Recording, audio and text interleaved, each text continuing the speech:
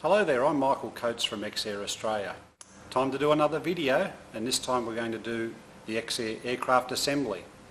What you'll see here is a fairly straightforward video. There'll be no fancy directing or editing. It'll just be as we construct an aircraft. This one we're doing for a big trade show called Big Boys Toys up in Brisbane, which is one of the northern cities of Australia. As we go through, I'll just point out tips and tricks of constructing the aircraft and little modifications that we've learnt from having about 60 aircraft pass through our facility here.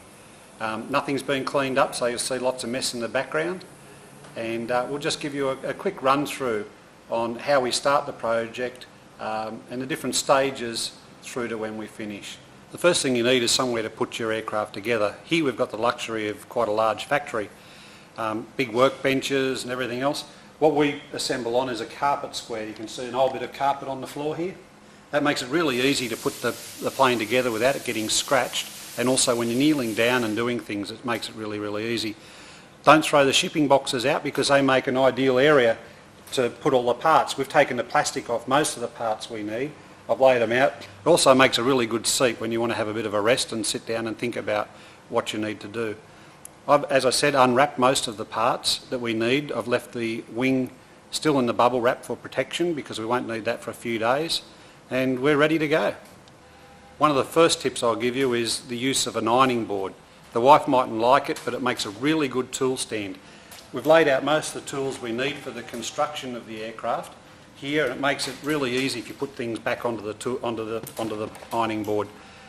The aircraft is very simple. It just doesn't require many tools. You will need metric if you're overseas, but for all Australians, we've got metric. The two main parts you need to get the project going is the main assembly here, the main axle assembly, which is the start of your construction, and also the main keel of the aircraft, which is just behind our cameraman to the left and also around to the right. So our first step of construction will be we join those two parts together and then start working on our keel. The first job we'll do is join the two parts that make up the aircraft keel together. The important notes throughout assembly of this project is not to over tighten everything. We see some planes that have literally got the tubes crushed because people over tighten them. I just use very small spanners, usually 1/4 inch drive sockets, and that enables you not to over tighten them like you can with the bigger sockets.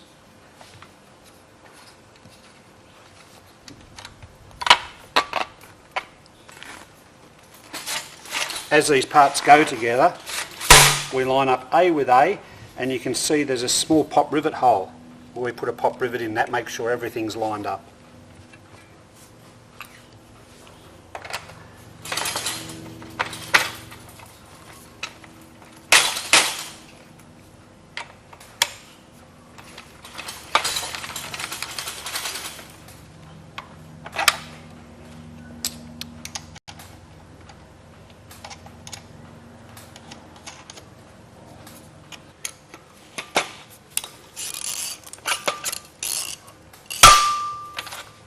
Okay, with the keel joined together, we now move on to the main aircraft structure. Everything works off the main axle. It's very simple to identify the parts and line them up with the corresponding sections in the manual. All the parts of the X-Air are all numbered, not only with the part number, as in the spare parts code, but also with the assembly number.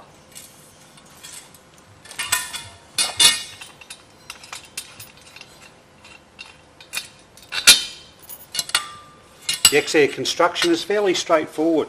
There's very little manufacture that you need to do. Most of it is purely assembly. And as you can see, the parts go together and it's really well made. Very good quality aircraft. I suggest leaving everything loose and get the whole structure together before we go around tightening up. Otherwise you'll have things on funny angles.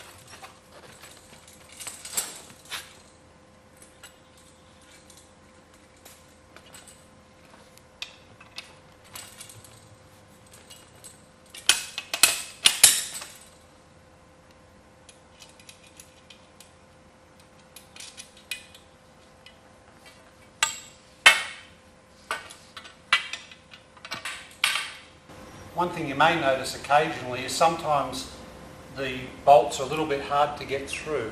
The reason for this is when the pipes are actually powder coated, it fills the inside of the holes with powder coating material.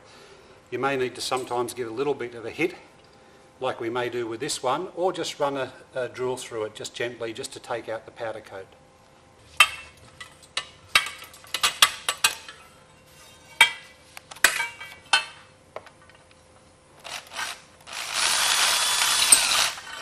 It's just taken out of the powder coat out of the holes, and now we can put it back together.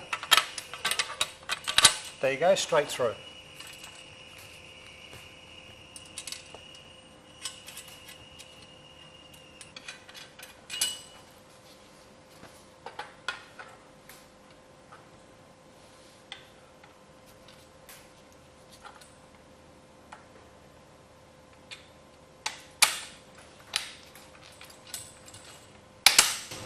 Important here is you don't want the nut and the end of the bolt hanging out inside the opening, so always put the head this way and the nut on this side.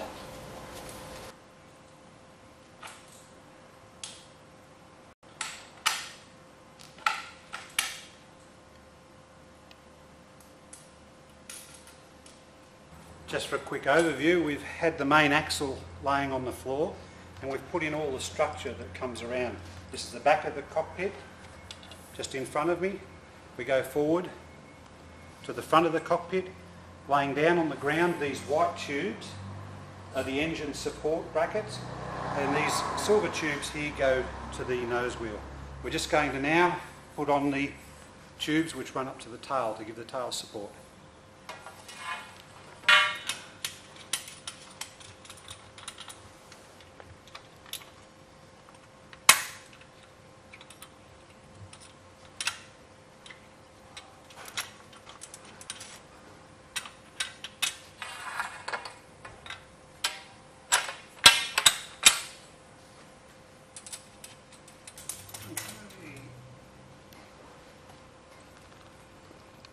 Okay, we're now ready to put the main boom of the aircraft onto the fuselage assembly.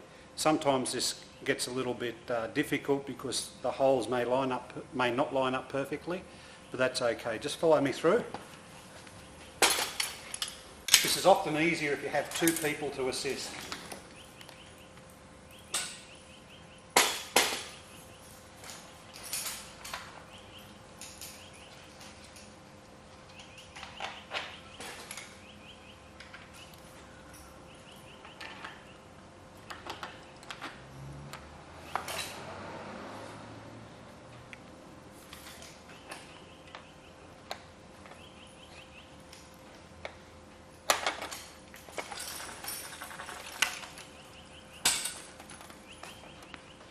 Some pushing and shoving here. Sometimes it helps to use a little bit of silicone spray as well, and occasionally you have to actually screw the bolts through the holes because the tolerances are fairly tight.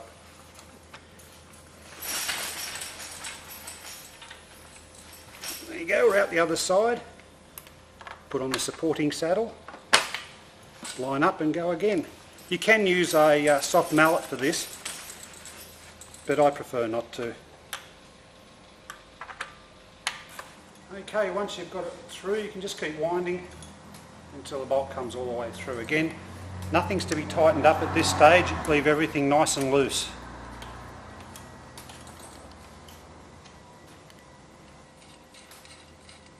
And again, we utilise our ironing board / workbench to put all of our nuts and bolts on rather than leave them on the floor where they can get kicked.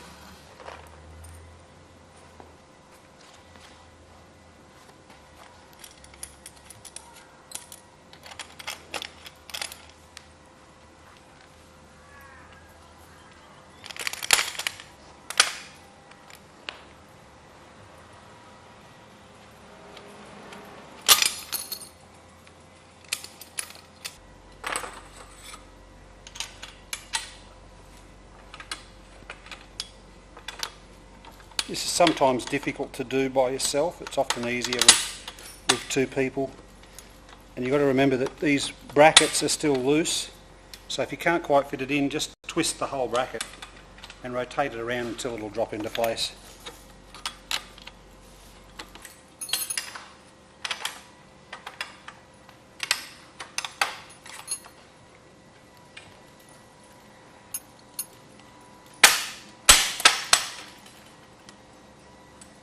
Now we're back up onto the tail section, and we can bring up the supports. Sometimes you'll get little bits of plastic in there, just have to dig those out.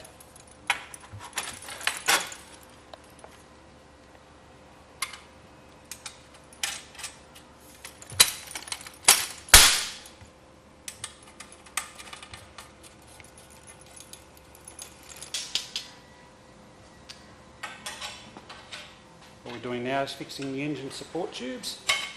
You sometimes, if you drop them like that, use the other one. Sometimes have to screw this one in or use a hammer on it to get it through. If you decide to use a hammer, I use just a little soft one, and don't slog it till you do some damage. It's just basically tap it and you'll see it just comes through, finger on the side, you can feel it pop out, put the saddle on it and then join up the other side.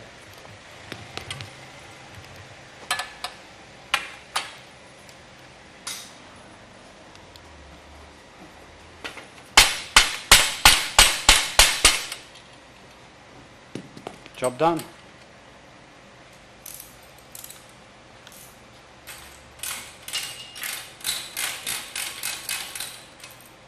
Okay, we're up to one of the most important parts of building the whole aircraft, and that is making sure the vertical fin for the rudder is perfectly aligned with the base of the aircraft. There's a lot of ways of doing this, but I find the easiest way is to actually put the frame up on some little car jacks, lift the tail off the ground, level it all up with a spirit level, and then put in the post at the tail. So follow me through this. The aircraft is still really light, so it's very, very easy just to pick it up. Pick it up, car jacks under this side.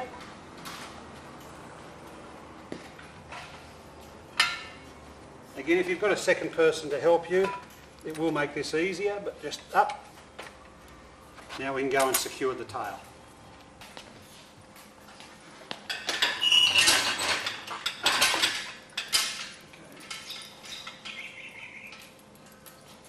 It is overkill using a jack this size, but it's the same one we use to lift the engines up, so it just makes it easy to do everything in one go.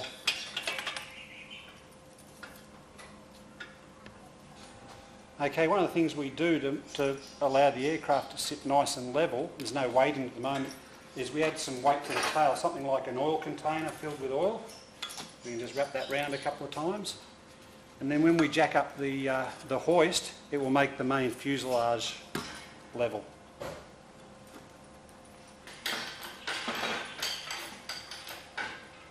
Once you get it close to the eye, we can actually use a spirit level.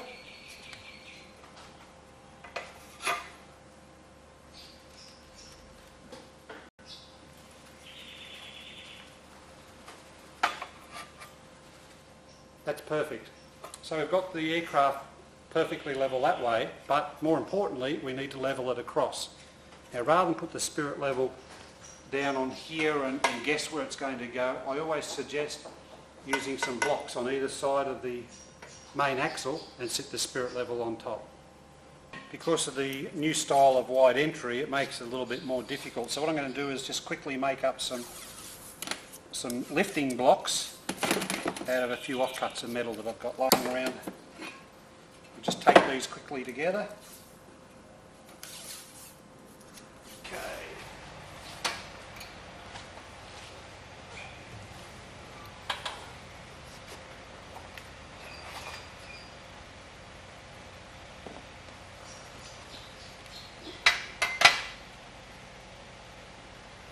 You can see here we need to lift the aircraft up a little bit on the left hand side. I usually use cardboard or something like that, something that won't compress really easily to maintain the aircraft in a level attitude.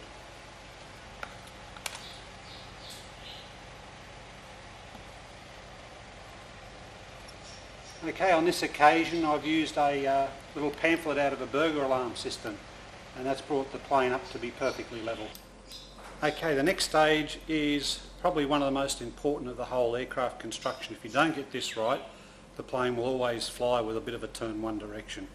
What we're going to do is take the fittings off the bottom here, this bolt out of here, spray it with some silicone spray for lubrication, put the king post back in, the bolt back through, and then we need to line up the king post for being vertical. And there's an easy way of doing this.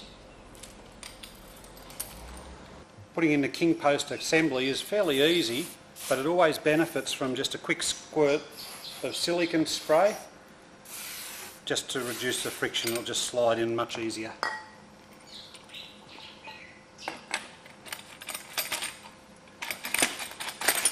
There you go.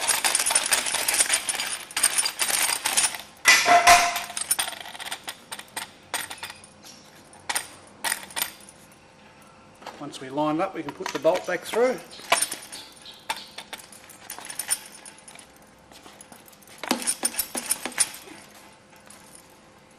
Again, sometimes you have to wind it through. Occasionally you might have to give it a bit of a tap with the hammer, but you don't have to do that too often.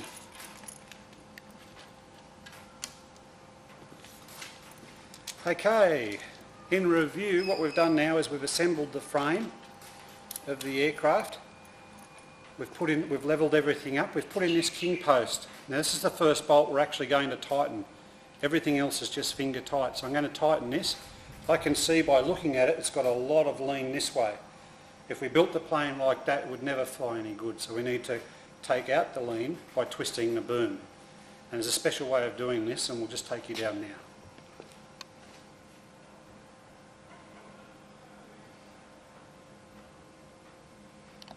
Okay, this little white plate here is how we twist the tail and then drill through these, put bolts through, and that sort of retains the shape of the aircraft through the rest of the construction. Remembering everything else is still loose. I've just tightened these two bolts a little bit either side just to give us some friction, so when we turn it, we've actually got something to grab. Now I usually use some clamps, as you'll see in a minute.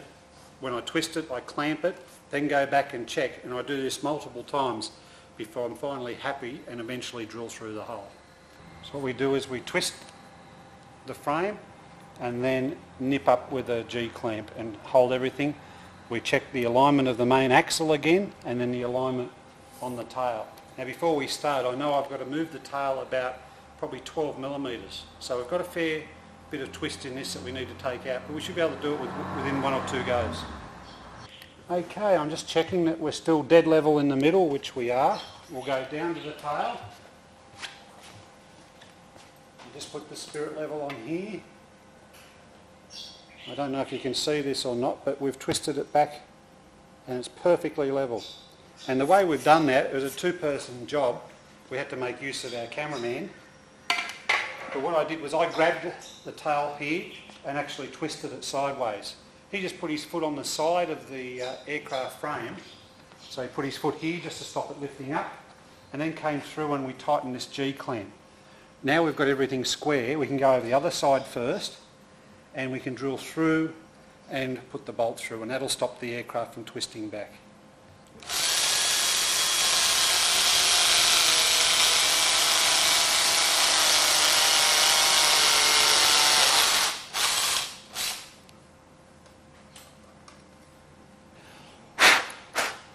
Okay, now we've got the hole drilled. One of the little tips is if we're fitting doors later on, we need to undo all this again. So if you're fitting doors, put on the tab that holds the doors on, and this is a cable that supports the fuel tanks below. We actually put this between the white part and the frame itself, and that stops this bracket being bent in as we tighten it up. So we slide that up in there. And once it's in, we can just slide the bolt through. Now we have all this assembled, we can actually go ahead and tighten the structure.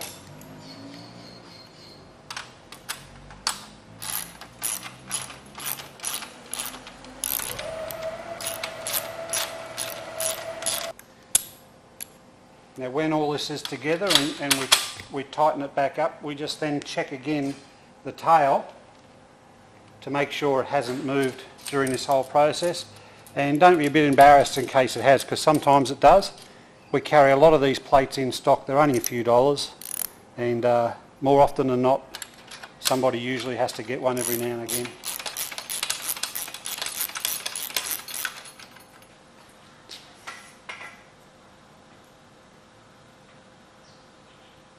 Perfect. We're now installing the structure, which basically goes behind your shoulders, and it also supports the fuel tanks.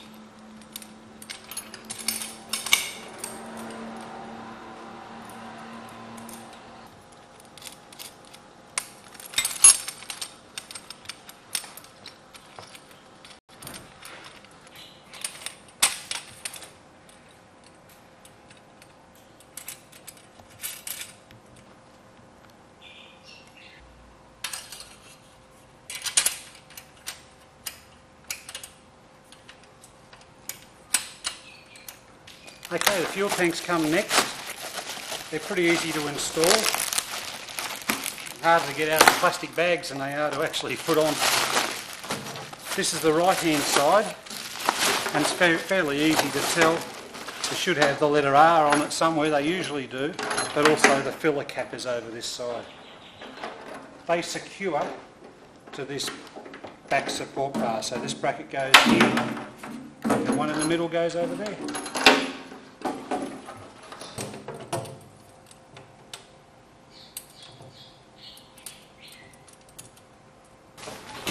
The important tip is to keep this plastic for later on, because you'll use it on the front of the pod of the aircraft.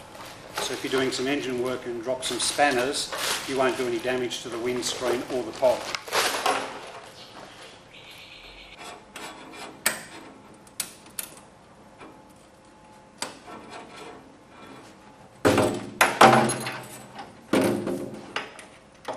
Okay, now we've got everything in, we can actually go around and tighten all the things that are only finger tight.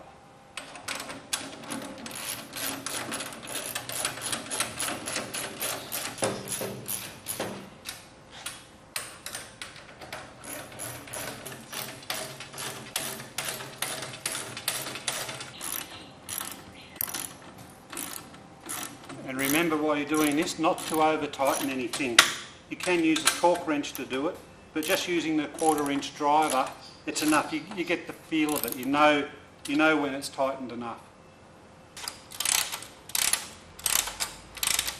Okay, I'm happy where we're up to now. We've got basic fuselage finished. The manual actually shows you putting in the front tube, which goes down for the front wheel. I tend to leave that open at this stage, leave the poles like this, and I tend to now put everything on the floor and put it all in, seats and all, slide in. It makes it a lot easier. Now if we come down here, this is the floor unit. We put carpet on it. I've always wanted to say this, like a cooking show. Here's one we prepared a little bit earlier, but we've just put the carpet down with some contact adhesive, and I've gone through with an old soldering iron and just melted the holes through so everything still goes in nice and easy without getting fouled by the carpet. It's very easy to do the contact adhesive on both sides of the carpet and the wood. Let it dry for about 20 minutes and then put it together and stomp all over it. Once that's down, it's pretty much right to use straight away, and you can just cut around the outside and the circles with a sharp knife. Okay, I like to use a couple of sawhorses just to support the floor. It means you can get underneath it and tighten up nuts and bolts. The first thing we'll do is put in the control assembly. Very, very straightforward.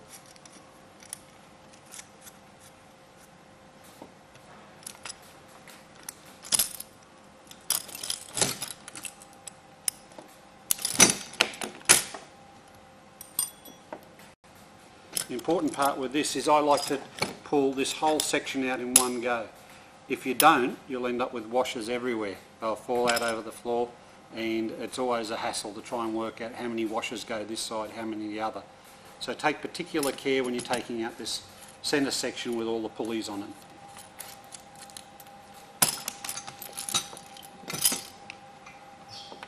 Okay, we're just carefully pulling both parts apart. They can sometimes be difficult because of all the bolts running through. They can sometimes bind up. It's just a matter of just sort of working it gently, a little bit at a time from each end, and you'll find then it pops off fairly easily. Again, pay particular careful attention to this area here. We don't want that falling apart because it just takes too much time to put it back together.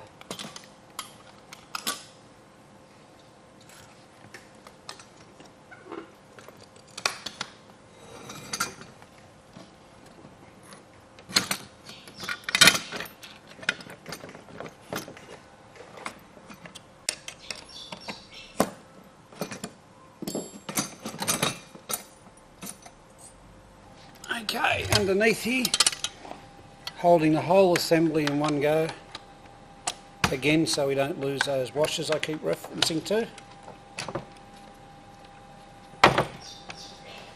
and very carefully just push it up into position.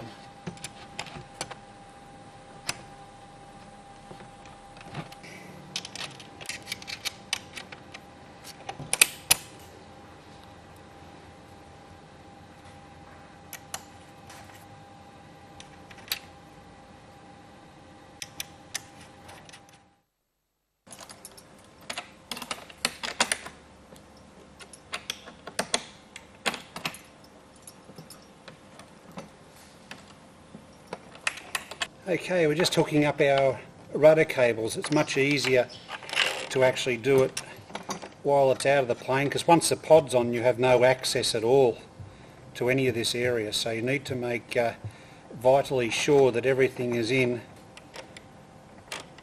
put in the right position, and importantly lubricated before you put it back together, because it might be a couple of years before you have the pod off again. So it's pretty important that everything underneath has got good lubrication.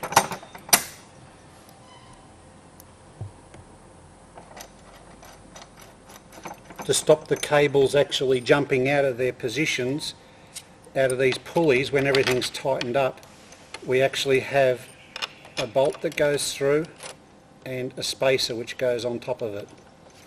Pull the cable tight just to make sure that it's sitting in the right position, and then put the bolt up and through into the top of the aircraft. That way, with all the rattling around and everything, there's no way that the cable can actually come off this pulley.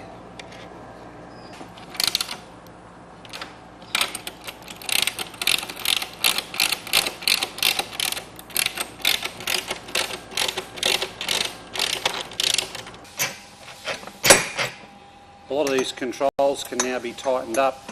It's really important you don't over tighten them. Just nip them up to where you start to see the frame start to move.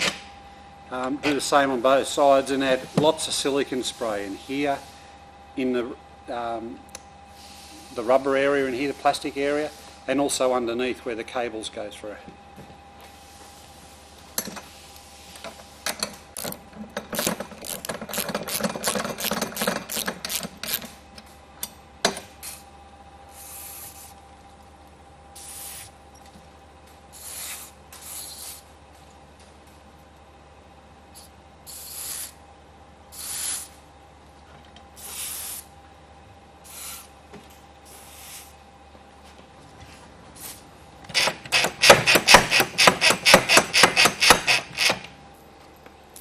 The next job we do is actually fit the seats. One of my favourite jobs. I hate doing this one, but it's very simple. Get the seats out of the plastic bags.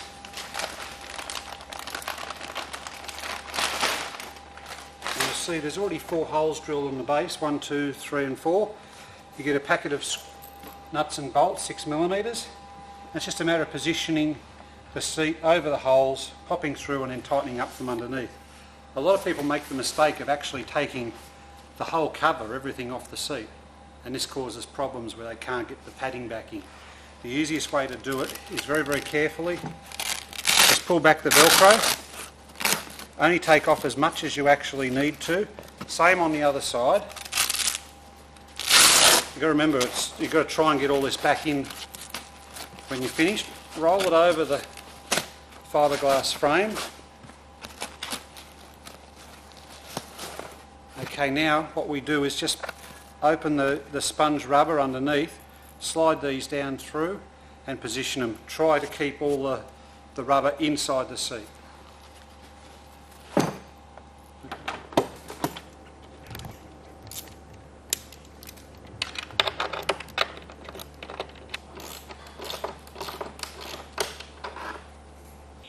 Well, what we've done, we've mounted the seats to the floor, also the control column to the floor. We've been over and checked all the tightness of all the bolts, lubricated everything. We've pre-installed the rudder cables, which I've wrapped up there. They usually end up falling off when we put them in anyway, but they're out of the road for the moment. And we're just going to take the whole lot as a unit over to the plane and put it in. It's a lot easier with two people, but you can do it on your own, as we've done a few times before.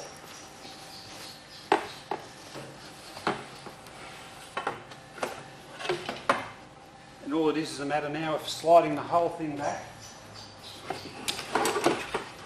It's just a lot easier to do it. A lot easier to do it out of the plane than it is in the plane. Now we've got a few more jobs to do. We need to put in our pedals and also a cross base that goes underneath the seats, which is another support. I just grabbed that from here. This is a piece we're looking at. They've actually done some improvements to it. They've actually now putting on a rubber section to stop the cables from going from the rudder, rubbing through and marking the metal, which is a good idea.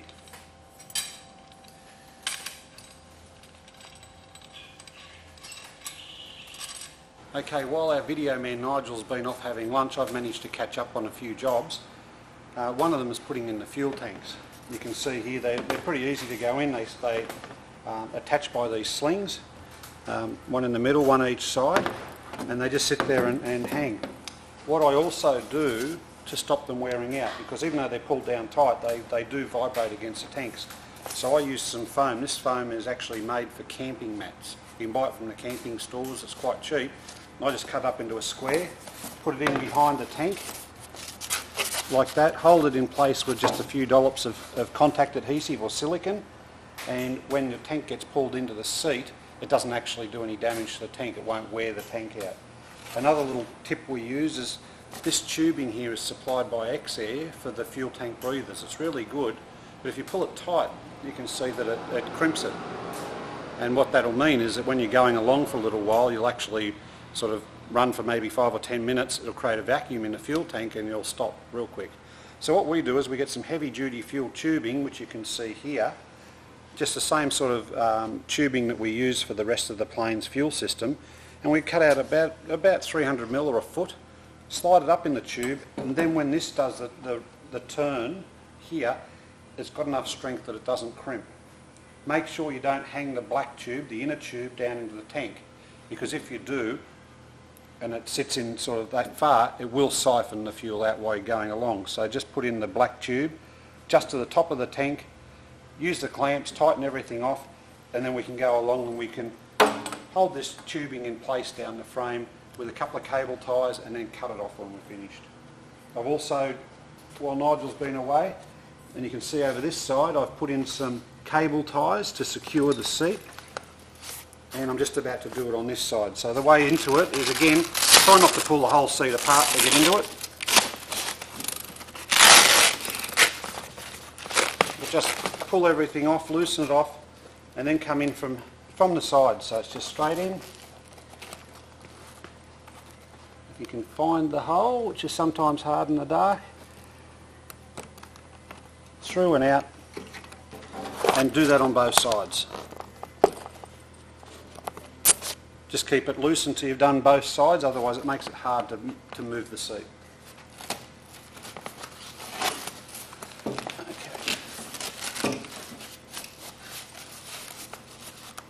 Okay, I've just got the foam in behind the tank, between the tank and the seats, and we're just tying these down.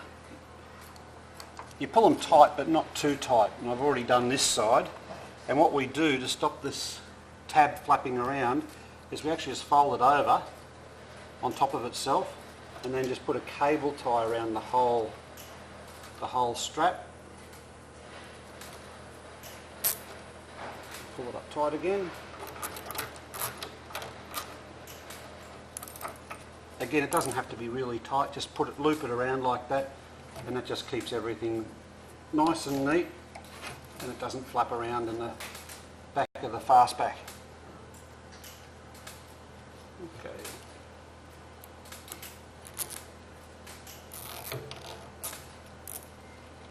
Okay, speaking of cable ties, this is one of my favourite little tools. It costs about $20 Australian, and it's a cable tie cutter. You put the cable tie in, pull like that to make it nice and tight, and rotate, and it cuts it off.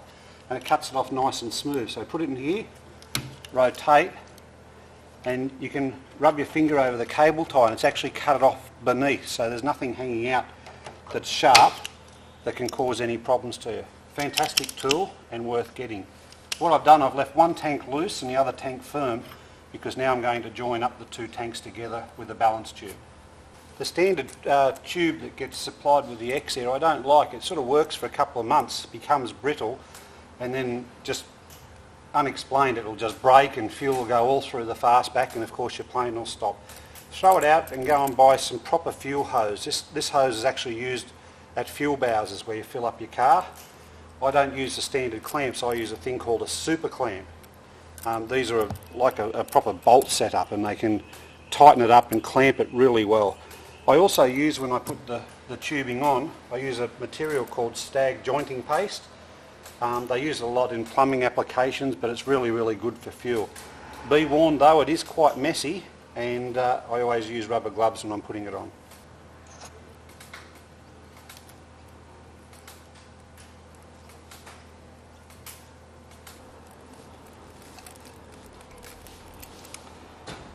This stuff is a really terrible stuff. It gets on you and it just won't come off. So for the sake of a couple of dollars, go and buy some gloves before you do this, and you just throw them out.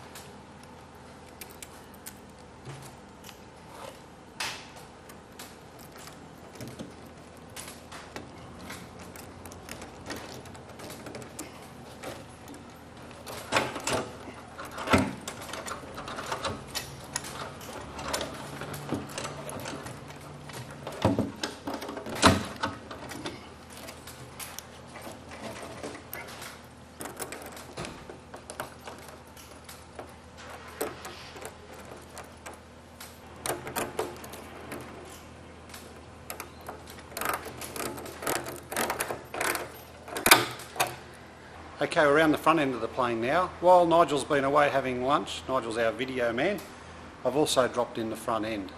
So when you left, we had the floor in, the supports in. So what I've done since then is I've added the main tube here, which you can see. I've put in the front wheel, and I've also put in the pedals. Now pedals are sometimes a little bit hard to get in, so you need to leave this front tube out so you can actually grab these forward supports and move them in and out to get everything to line up. Once you've got them lined up, drop them in, and that locks everything up, firms everything up. If Nigel can just come back down again, underneath here you get some little plastic spacers which come on these bolts. These are for supporting the pod. The big one goes on, the pod goes in the middle, and then the little one goes on the outside. Now what I do, they're really difficult to get in, so what I do, I put them up there, put a little dab of silicone on there, and that holds them in place. So when you're putting the pod on a little bit later, you don't have to worry about those spacers. Another thing we always do with X-Airs is they've sort of been designed for people that are fairly short. If you're sort of 5'2", 5'4", you'll fit into the plane perfectly. But if you're tall like me, I'm 6'2", 1.86 metres, I have a little bit of difficulty with the pedals. They're too close for me. So I can do two things. Actually put in a new floor and move this position forward 75 millimetres. That makes a big difference. Or I can lean the pedals forward. And the way you do this without any sort of major modifications is the normal struts that are here, which join the pedals to the steering area here. I actually come in and cut off. I just use a drop saw, cut off about 1 centimetre from them to actually make them shorter. Now what that does is it moves the pedals further forward. and that makes it really comfortable for people that are taller, and also means that the shorties that will occasionally fly your aircraft can still reach the pedals as well. One of the important things on the front end as well is aligning your pedal positions with the actual front wheel. You can see here this strap. What I've done is, before I drill it, I've put the wheel structure in place, I've put just a little ratchet strap around, and I've pulled the wheel on its fork mounts up into the plane. And the reason you do this is if you have a bit of a gap down the bottom, when you're taxiing it'll be rattling all the time. So you pull it up nice and tight, position the pedals in the right spot, and the front wheel heading dead straight. So position that straight, position the pedals perfectly, and then mark along here with a texter. That way when you take off one side you can drill through, and we'll do that now. Okay, when you line everything up, look down for the wheel to be straight. This steering yoke you want lined up nicely, which it is now, and the pedals are actually straight. Just use something that's a straight line and just scribe it. This is something that a lot of people actually muck up, getting this position and drilled correctly. You need to drill through from both sides, once from this side, once from that side. You can't sort of go through in one go because you'll be out of alignment. You'll pop out the other side in the wrong spot. So making sure the pedal doesn't move while you drill it, line up these perfectly, and that's why we've scribed the lines. We go through with an 8mm drill.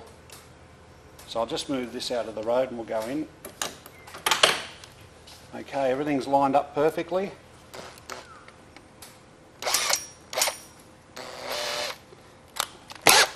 The drill's not in the drill properly. We'll try again. We'll line that up perfectly, which it is, and then drill through.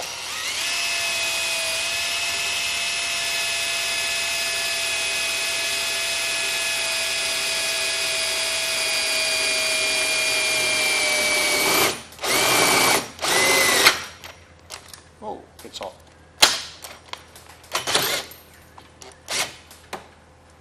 Okay, we're halfway through.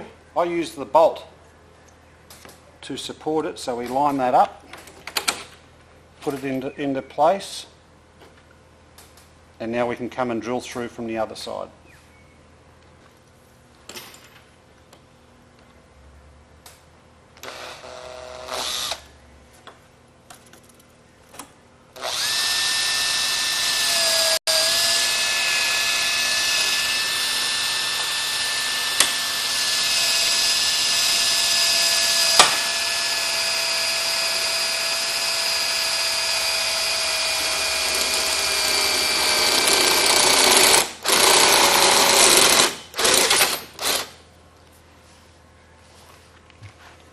Okay, we'll try and go through. Great, everything's lined up perfectly.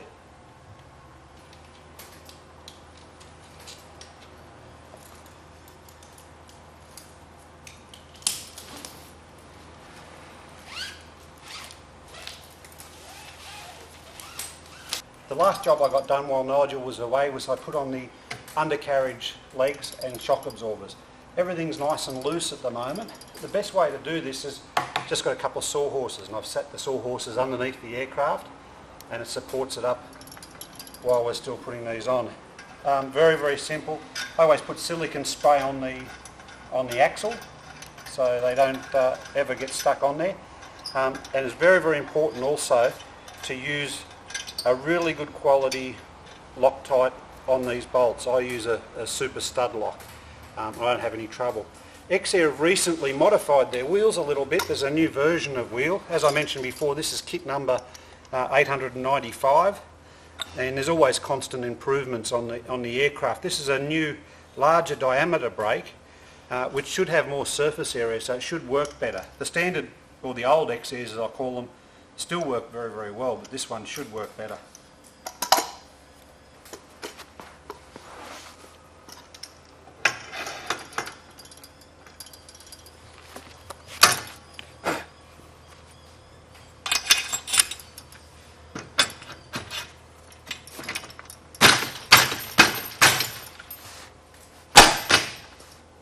Okay, when the wheel's in position and pushed all the way on, we just need to check something.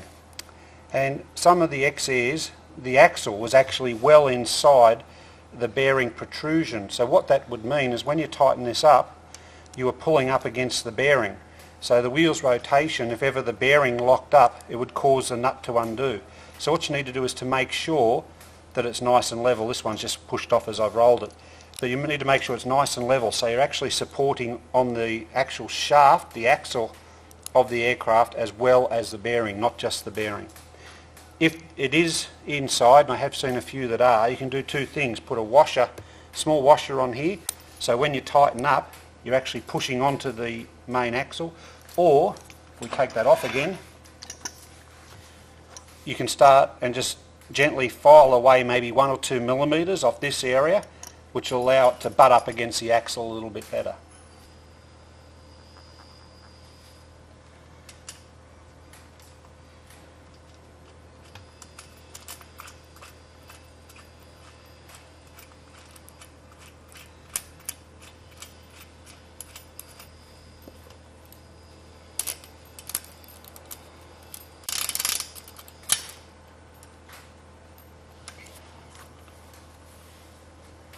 Okay, another really good tip coming up.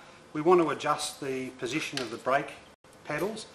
So what I'll do is I'll clamp the passenger side so we know that the pedals are actually even. Just using a piece of wood. This is actually a paint stirrer.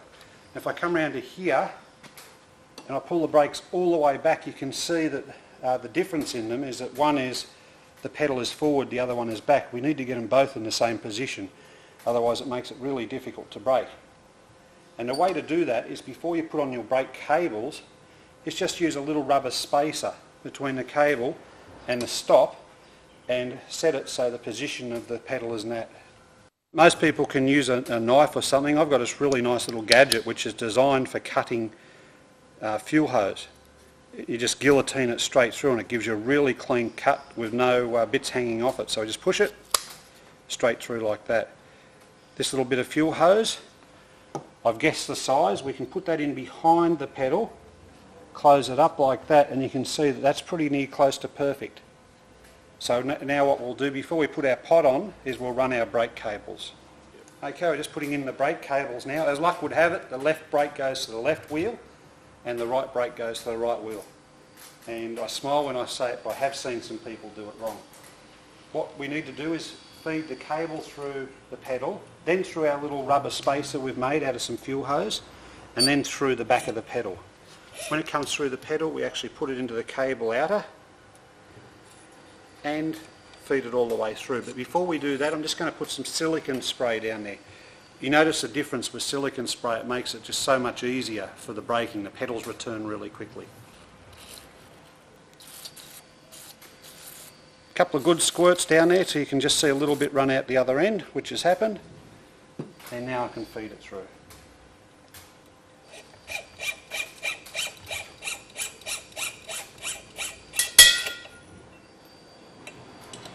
And the same with the other side. We're just going to roughly put the brake cables in position. So just put them up there and loop them loosely in position until we're happy with everything. If you over tighten these too much, you'll find that you'll force the cable to make sharp turns and it increases the friction in it. So what we try and do is keep everything nice and loose.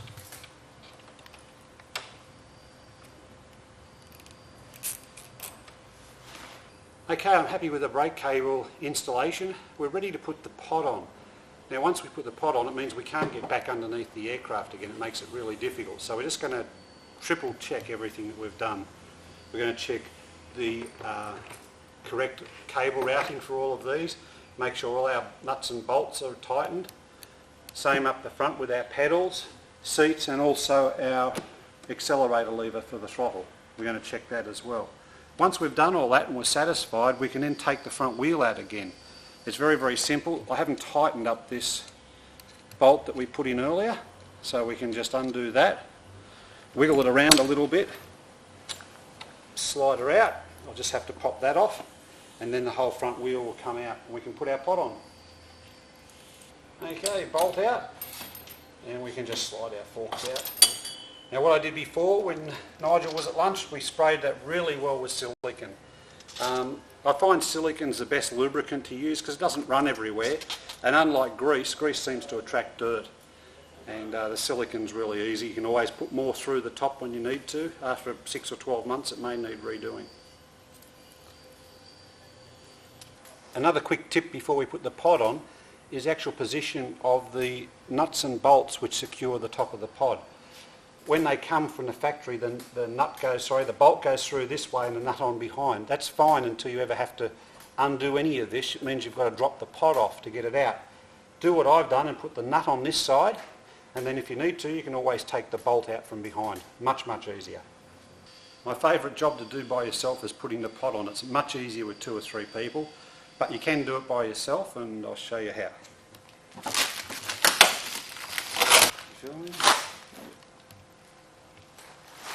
One thing I can say is that the standard of pods from the factory is now superb. In the early days, back in numbers sort of 200 and so, when we first got involved with X-Air, you'd occasionally get some cracking in them because they made them very, very thin.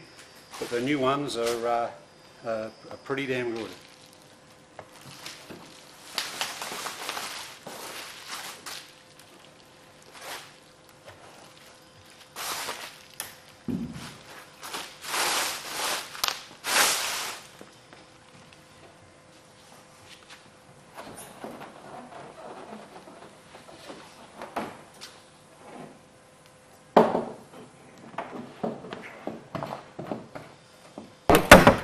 The secret to doing this is to actually support the pod while you're doing it. So at the moment I've got it supported at the front with my knee. Now I've just put it onto these bolts, and down the back it's actually supported on the little frames that are there, so it makes it really easy to do.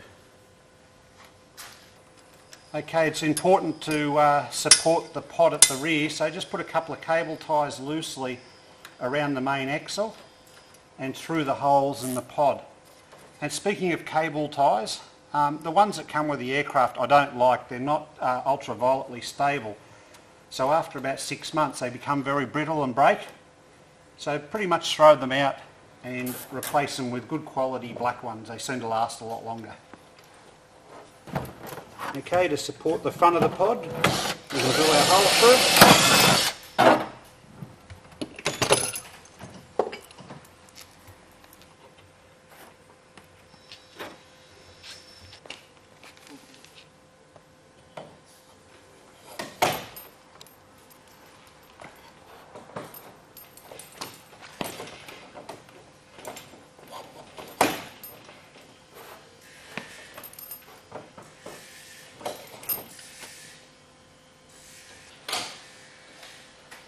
Okay, before we put all the dashboard in and upset access to the plane and the pod area, we're going to put in the Pitot Tube. Some people overseas, like in the UK, have different rules of where they can position it. In Australia we've got the choice of putting it anywhere, and we usually put it inside the pod, just hanging out underneath. We mount it by just using a little penny washer and put it onto here, silver solder it, and then pop rivet it to the bottom of the plane, and probably about that far off the side of the front wheel. Okay, we're just going to do a review on this area while we're waiting for the soldering iron to warm up. Basically we've now put the pod on, we've secured it underneath on these 2 bolts, and also at the front where you have to drill a hole through. I've gone back through here and we've tightened up everything. So we've tightened up our push rods. We haven't adjusted them yet, but we've just tightened everything up, tightened up the front wheel area as well. For the positioning of the pedals, it is quite important to put the pedals in this order, with the left one towards the pilot. If it's further down, when you go to full lock, it's got the possibility of the end of the pedal hitting the pod, because we've laid these pedals forward. If you do a standard setup it won't matter, but when you lay them forward it will. So just put them into that order, check that everything is nice and free, moves nicely, put plenty of silicone spray underneath for lubrication, and that's it. Okay, I've just finished the Pitot Tube, I've soldered that on, bit of black paint to stop it rusting, and we'll put that in position underneath the pod and hold it in place with a pop rivet.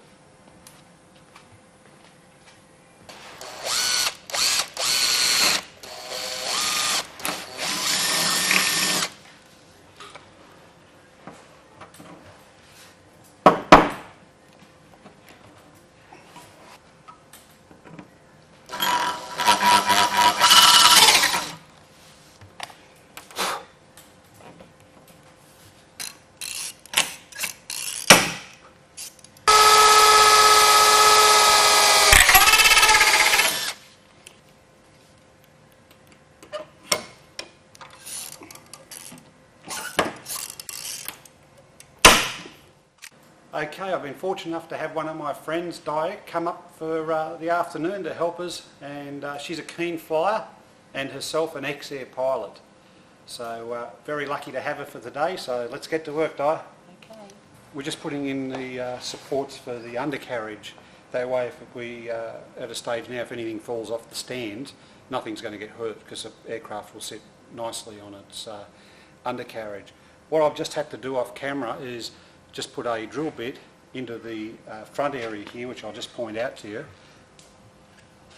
Just into these tabs. Quite often these tabs fill up with powder coating and it's very, very difficult to get the pin through.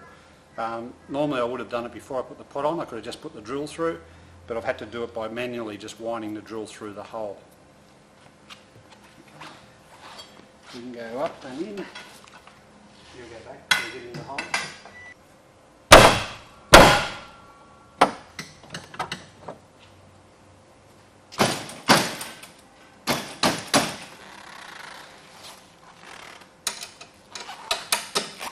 Okay, we're going to put the fastback part of the plane together. First thing I do, these little tabs which connect to the tail of the aircraft, they're usually very difficult to get on. So I've just got a 6.5mm drill and I just basically go straight through them. All we're doing is really removing the build-up of powder coat and a very, very fine piece of the metal as well. It just makes it a whole lot easier to put them on.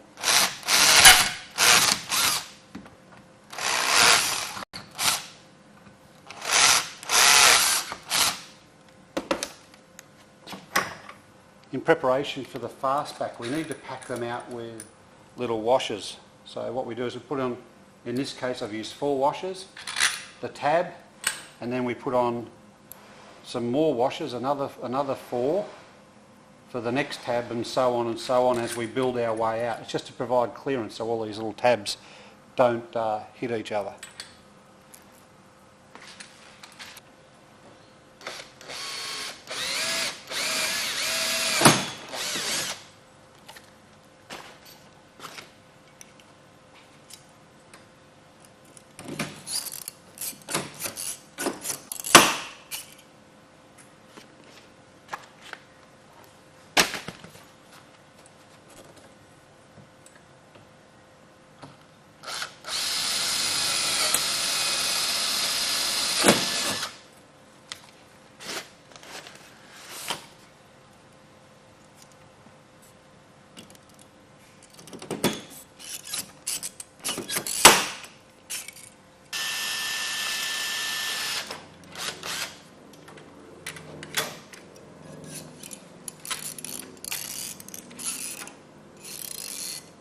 One more.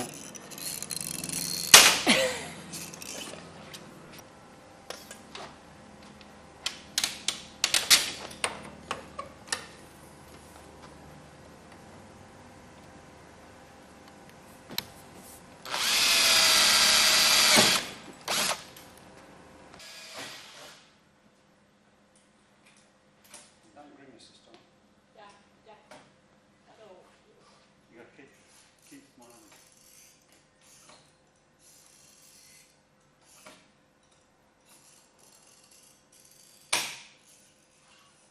What we're doing here is we're just drilling the bottom runners that goes from the tail through to underneath the pod.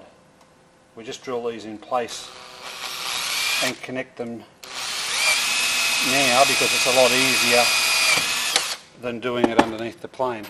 And you also do it on the inside part of the plane, because if you do it facing the fabric, it just gives the heads of the rivets the opportunity to actually wear a hole through the fabric over time. Okay, the end of the fastback support actually goes into the slot that's made on the pod, but the best way to do it, I find, is to line it up on the outside first, put a dot so you know where to drill, and then slide it in. Then we drill a 6mm hole through there and put a nut and a bolt through to support it. Now up this end, the tab goes in there and it goes onto this bolt. But one of the things I found through doing X-airs through the years is that this is always too long. I always cut 1 centimetre off the length of this up here and then put it on the tube here. bolt, and you'll find you'll get a much better fit of the fastback. Okay, we've got most of the fastback support on now. You can see all these stringers are in place, but what we need to do is to firm them up. And what we use is just a piece of aluminium. This is probably a little bit thick. This is about 3mm thick. Thinner is better. We just drill a hole top and bottom, bend it in the vise to the angle we want, and position it in place like that. Once we're happy with it, I just use a spring clamp to hold it there while I drill and put the pop rivet in.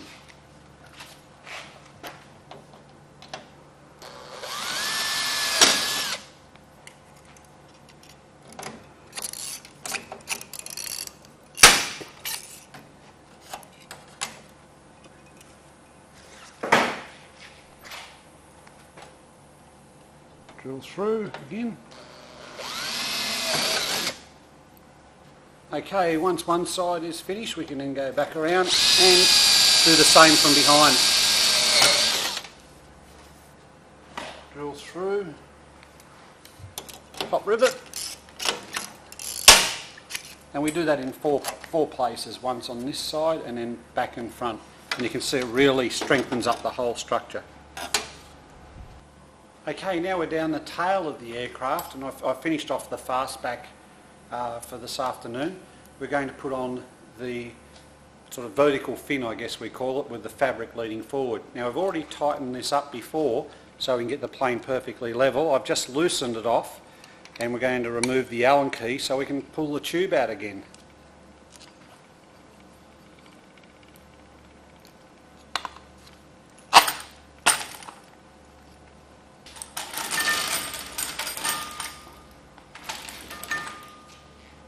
Okay, we've got to take off all these fittings because they will be in the road when we're putting the fabric on.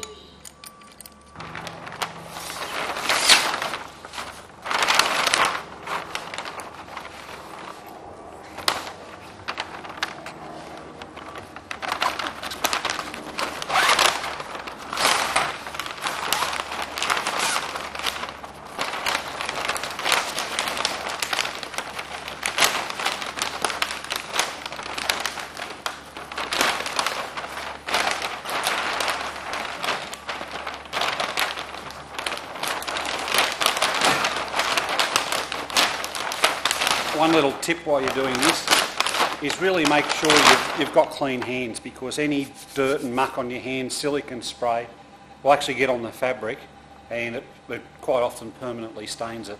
And nothing looks worse than all these fingerprint marks all over the fabric.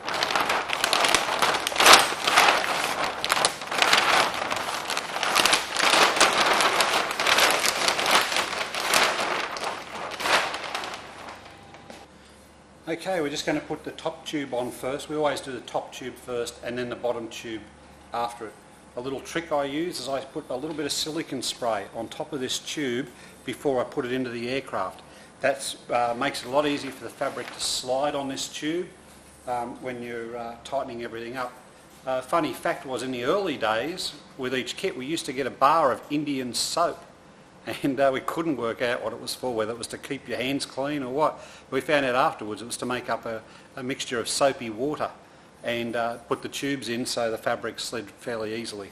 For today we'll use silicone spray.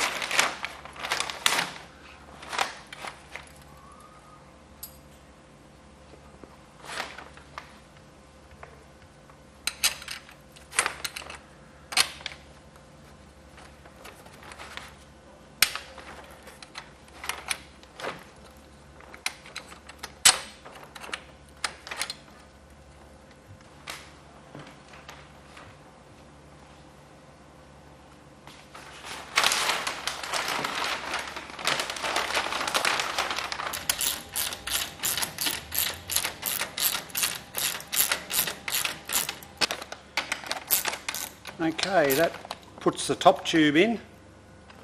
Now we can work on the bottom.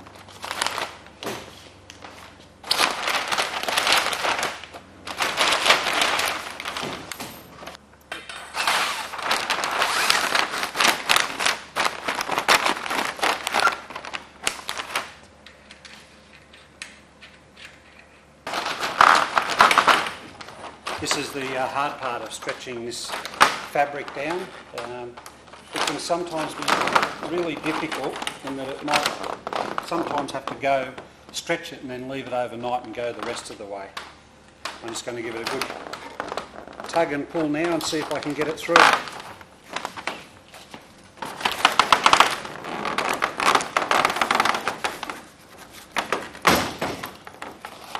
That was fairly easy, but you can see how tight it makes everything, and we've still got a little bit more to stretch it when we put these brackets on.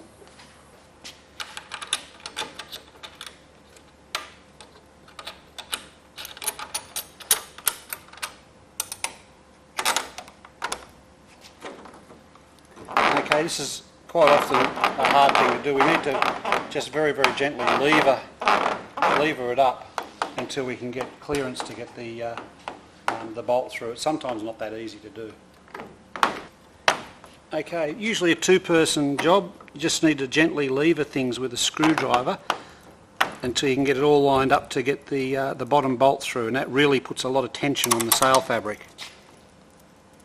Again, it's often easier if you just screw it in rather than bash it.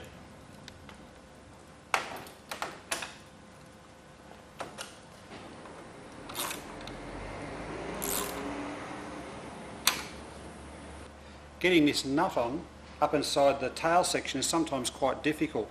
You just can't get your fingers up there, so I just use a little bit of tape and actually tape the nut to the spanner, and then I can carefully get it up inside, line it up, and hopefully when I turn it, it'll take up.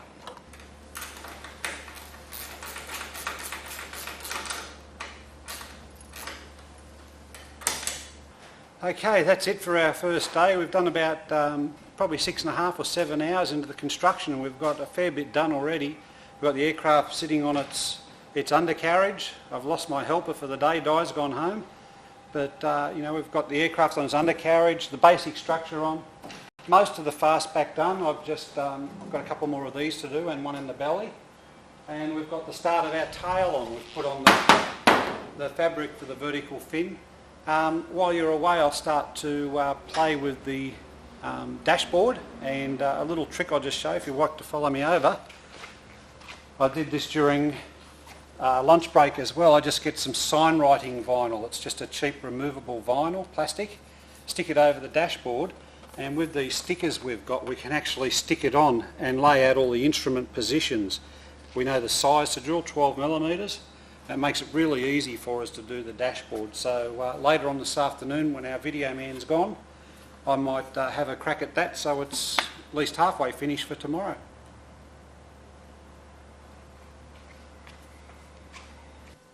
G'day, welcome back to day 3, which is really day 2. Yesterday our videographer had the day off, so I put about 3 or 4 hours in just tidying up what I'd already done. And I'll just work your way through it now. We left finishing off the fastback, so if we just come back this way, what we've done is we've put in all our stringers now. We've pop riveted in here, here and on the other side. I've also just put this cross bracing in without riveting at the moment. It's just sitting there held in position by a clamp, because that's something that we do a little bit later on. I've mounted the battery. We use a stainless steel frame for holding the battery. Don't use aluminium because it'll crack every time. And we hold ours in with cable ties. They're very, very strong. Each cable tie here is rated to 60 kilos. So we've got to have a forward impact of about 9 Gs before the battery will even move. And then the battery is cabled back onto the frame. If we just go up to the back end of the plane, we can see here, we were talking before, there's washers between all of these points, and we've gone and pop riveted those tubes. So now, you know, you can still have a bit of flex in them, but they're fairly stiff. We've run our cables through. So our cables come all the way down to the rudder, and I put the rudder on yesterday. We did our fin the day before. Very simple to put on. Start at the top and just put your top bolt through, then come down, middle bolt, bottom bolt. They just wind up. They're nylocks with little pins in them to stop them coming, you know, ever falling off. Now while we're doing all this, we start to put a bit more weight in the back of the plane, and I've made up this very simple support. It's just some scrap wood, some scrap timber, and a hole through the back, And I just slide it on that post, and that supports the plane through the rest of the building process until we've actually put the engine on. Otherwise it gets tail heavy, especially if you put the elevators on. It'll get very tail heavy and knocked down. One thing also, if you follow me through to here, Nigel, one thing also we did yesterday was the dash. When you saw it last, it was covered in vinyl. This is the vinyl they use for lining cupboards or making signs. What I did, I laid out the vinyl, marked out everything where I wanted it to go so you can draw on it, measure it up, position it all around, and then leaving the vinyl on, you then go and drill all the holes. Now the reason I leave the vinyl on, it helps sort of lubricate the hole, if you want to use that word, while you're actually drilling it, and it stops any chipping. So you can see our holes around here are really, really nice and crisp and clean. There's no chipping of the fiberglass. In this particular panel, we're putting in a Skydat LCD instrument. I've left the protective covering on there. That's an electronic instrument which saves us having airspeed, altimeter and so on. It saves a lot of weight by having that instrument. Yet to go in here is the radio, which hasn't arrived yet, slip and skid indicator, which is here tomorrow, and if we flip it over you can see how simple the wiring harness for this aircraft is. What we do is, if we go to this side, we've got a separate wiring harness for the radio and intercom. So we position these in with little cable ties to anchor everything. Intercom's in position. I've got the plug here for the radio, so it's just got to get plugged straight in. Power's already to it. I've run the same out this side. The instrument, the Skydat, has just got one cable, this one that goes up to the sender unit, which I'll show you a little bit later on. And down the side here, you can see these wires running down. I've run these out, and they're for the push-to-talks. And we give a lot of cable on the end of those, and all I do when the panel is mounted is drill a hole through the floor, push these through the floor, take them over to the push-to-talk, or to the control columns, and then up to the push-to-talk button. So we'll have a little bit of a look at that later. One thing I have done to modify the harness is I've taken out the standard fuses and replaced them with circuit breakers. So we've got a 10 amp and a 15 amp circuit breaker. They're fairly inexpensive. They cost us about $15 Australian, which is about £5 or $7 US. And they come around the front. You can see here we've marked them. It says fuse still, but they're obviously a circuit breaker. And it's rare to ever do a fuse in an X-Air. I've only ever seen probably 2 or 3 fuses go in the times I've been flying them, and usually it's because of poor wiring. People have botched it up a little bit. The idea with this is keep it simple and make sure everything is secured.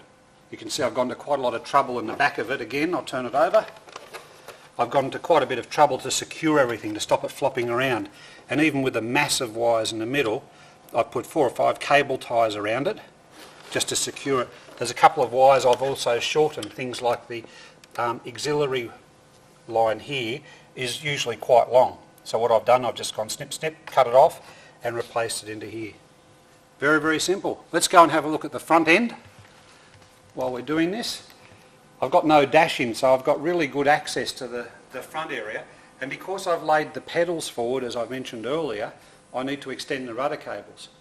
What we do for that is, I'll just take this off so you can see, we just get a special extension.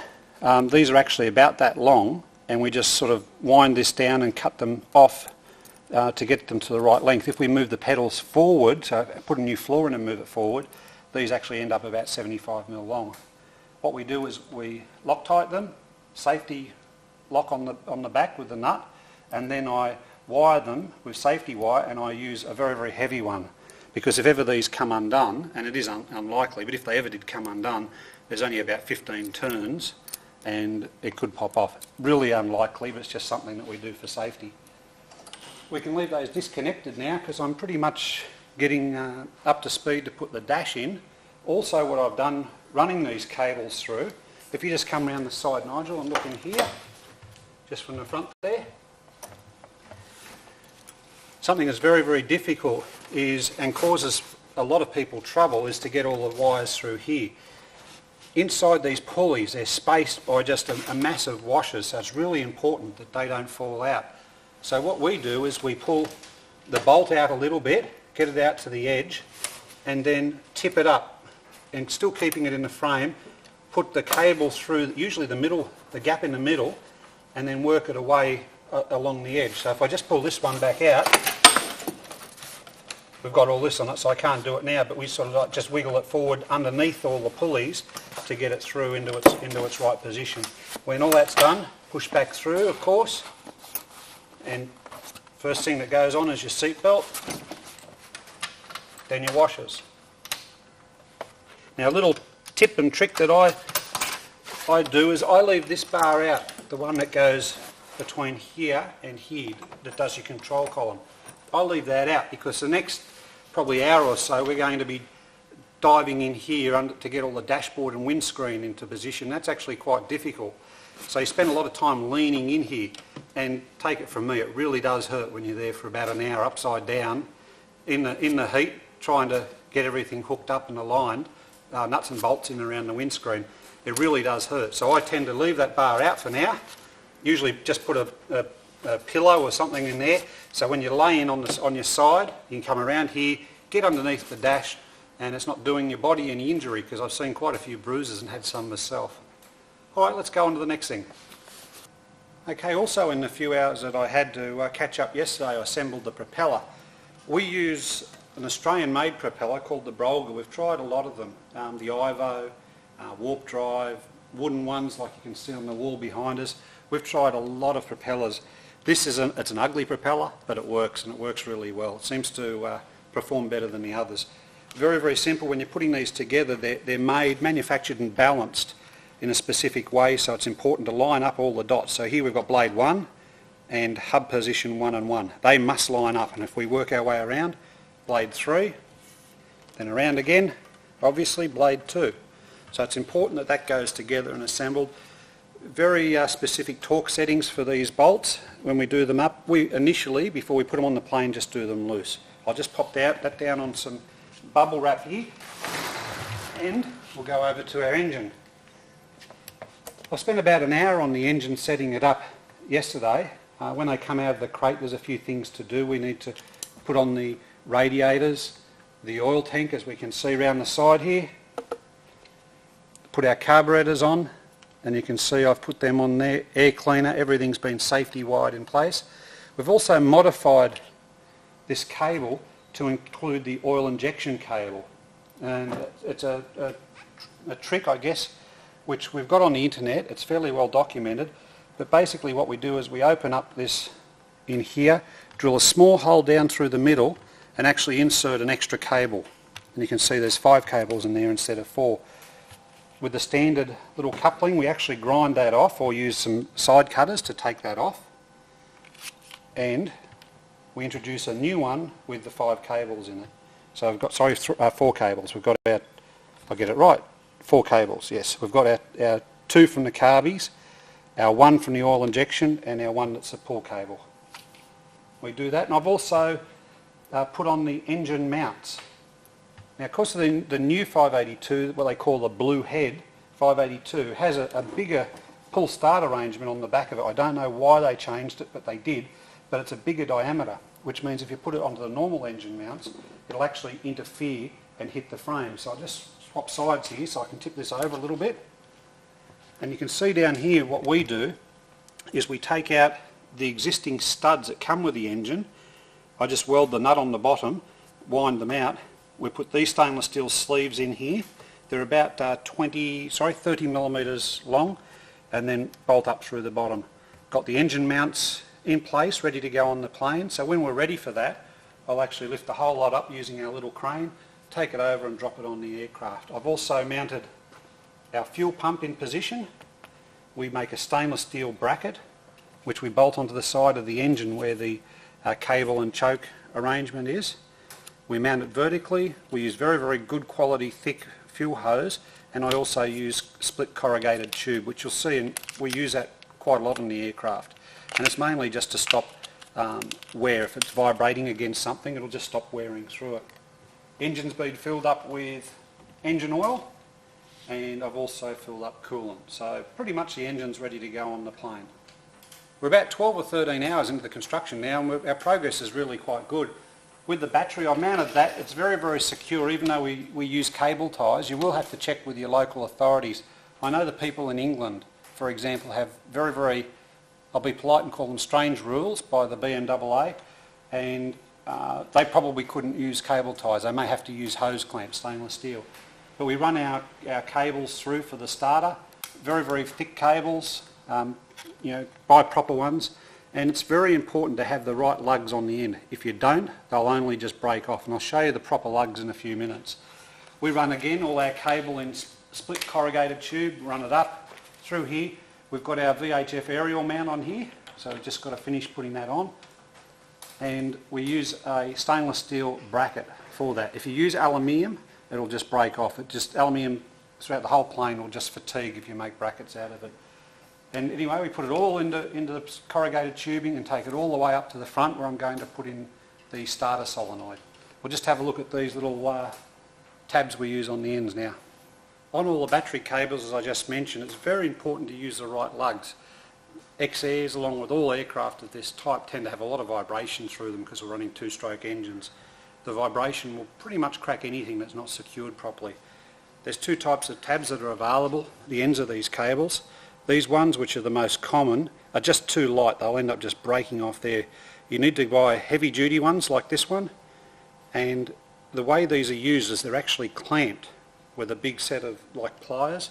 You don't ever solder them. The solder, most people make the heat in there too hot, and it actually makes the cable and the fitting brittle.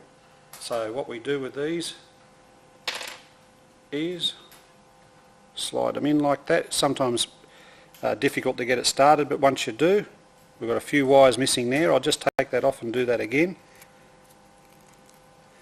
Just wind everything down so it's nice and tight.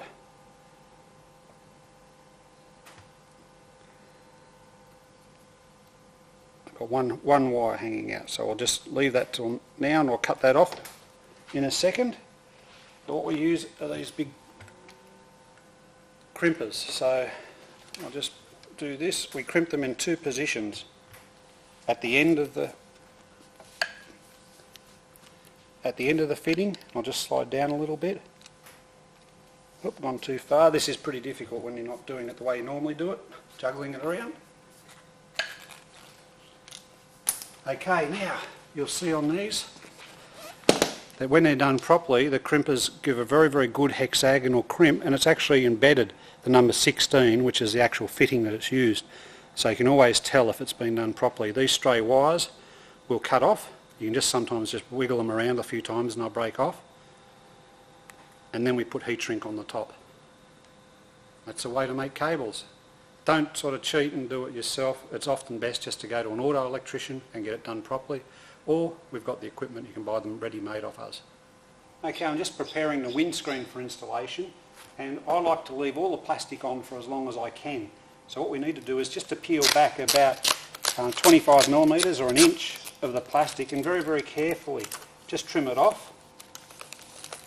And the reason we do that is that when we actually join the two halves together, if there's plastic underneath and you go to pull it out, it won't all come out and it looks really untidy. And also around the edge of the pod, we need to get all the plastic out. And you can see, we peel back about an inch around the edge of the pod and where it joins in the middle, and as I say, cut it off and leave the rest there, because it is likely that you'll get some scratches if you don't.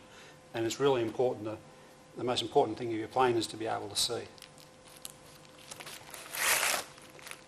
One of the things we do before putting the windscreen in is I always just extend this side a little bit further, probably another 25 millimetres. You'll see when we put it on, it'll allow a lot more room to put our cables and things, all of our sensors from up at the engine, down through the back of the pole and into the back of the dashboard. So I'll just extend that up a little bit.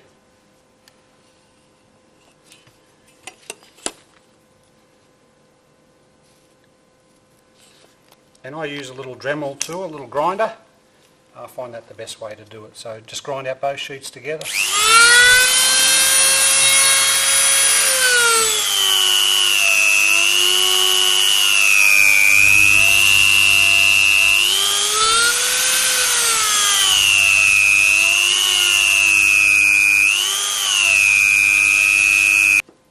Okay, because we've extended that, we've actually lost one of our bolt holes, so I just put a bit of wood underneath it, 4mm drill, and straight through, so we can put a new bolt in. The next step to putting the windscreen on is we need to remove these bars so we can slide the windscreen down. An important thing to note is that nylocks should only ever be used once. So before you start building, go out and buy yourself say 50 of the 6mm, 50 of the 8mm ones, and you'll have plenty left over. Because when you're doing a plane for the first time, you do tend to take on and off a little bit. Once I've removed the bolt, get the little saddle out the back, I can gently just pull that over to the side, drop it down, slide our windscreen half on,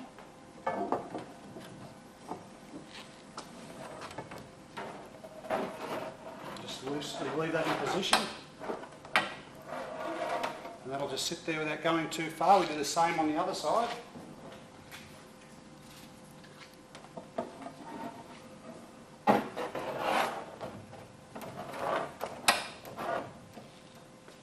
And I'll pop the bolt back through where our saddle's on, and we can start to do the windscreen halves up.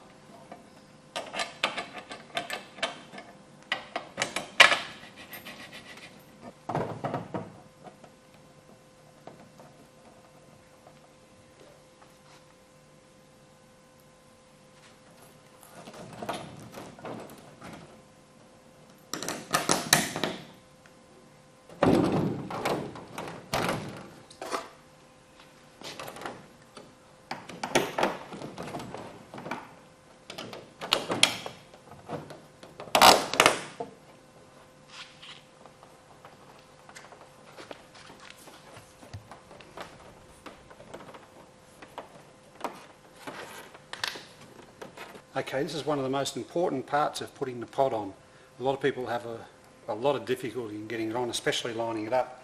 I put a strap all the way around the aircraft and basically just tighten everything up.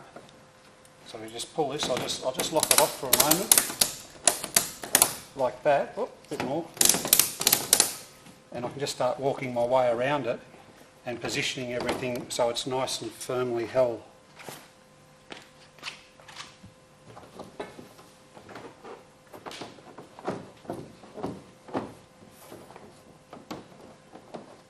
Okay, we're ready to put our bolt in the front, that way we can line everything up. Okay, I've got this strap in place, it's fairly tight now. I'm pulling the pod up nice and tight. You can see I'm just pulling the plastic up to make sure the plastic's not caught underneath when we bolt it all together. One of the most important things when you're putting this together to stop this wave motion, because you see some pods have got ripples in them, and the most important thing to do is to use a clamp and push the windscreen forward all the time. So every time we put in a bolt, so if we put in this bolt for example, we'll bolt it all in place, we'll come back and we'll just check that it's pushed forward again, and then go on to the next one and do the same. I use a little spring clamp, I put some insulation tape over it so it doesn't scratch the pod, push it forward all the way. You should end up with it being fairly flush with the end, so push it forward, lock it in position. And you do that every time, both sides, and you start from the front and work your way around. If you just come inside the plane, Nigel, you'll be able to see how we've got a really good positioning here. It's not touching there, so we'll just again release it, push it forward to make sure it's in the right position. You'll see some of them don't have enough Lexan hanging down to put the bolts in properly. That's just because people haven't lined up the pod. Our next stage, once we've got this in, I'll undo this other cable and put them out of the road, and then we'll put our instrument panel in a complete unit as one group.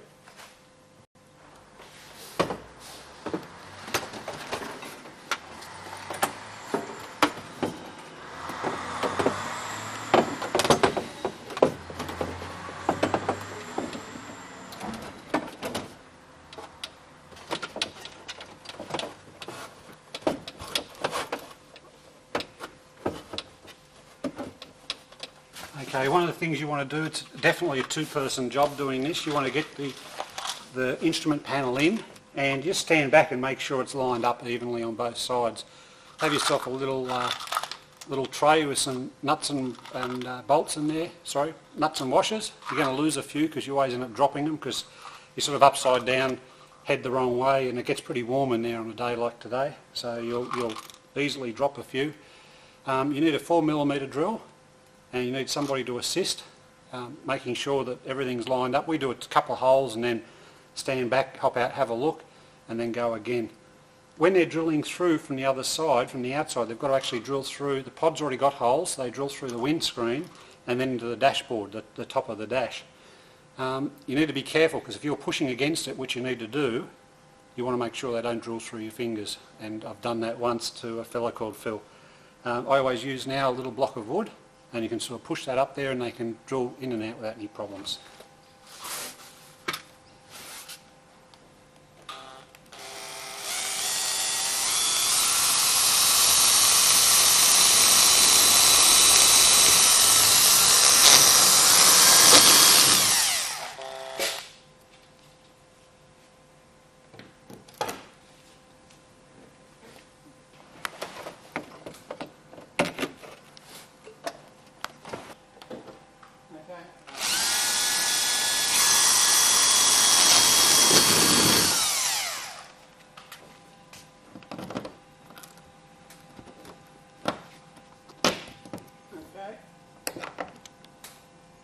Okay, it's good to be out of there, the upside down for a while doing this. We can release our strap now, and you'll see that the pod has gone on really well. The end of the windscreen is aligned perfectly with the pod, which is great. The secret to this is don't over tighten these bolts when you're doing them up. Just keep them sort of like nipped up. If you over tighten them, you'll find that you get little star cracks coming out because there's no movement, no give between them. We can have a look at the front here. The pod's come up beautifully. There's no ripples in it. And the rubber, which we've used around the edging here, has stayed in position nice. First thing I'm going to do, before I do anything else, I'm going to use some of the bubble wrap that we had before, either the one that the windscreen was wrapped in or the bubble wrap for the fuel tanks. And I'm going to put that across the whole front of the plane and tape it in position, because the finish on this pod's beautiful, and when we're doing the engine and electrics up here, you always end up dropping something. So if we've got some protection there, we won't do any damage. I've seen a screwdriver go through a pod once, so fortunately it wasn't mine, but lesson learnt. We'll leave all the plastic on the windscreen. We've got to tighten up the centre bit. We haven't done that yet, I've just noticed. We'll tighten that up. I'll leave all the plastic here until we're finally finished. That's the last thing we do, is peel the plastic off the windscreen. On some aircraft I actually leave the plastic there while I run the engine in to keep all the stones and bugs off, and then pull it off before first flight.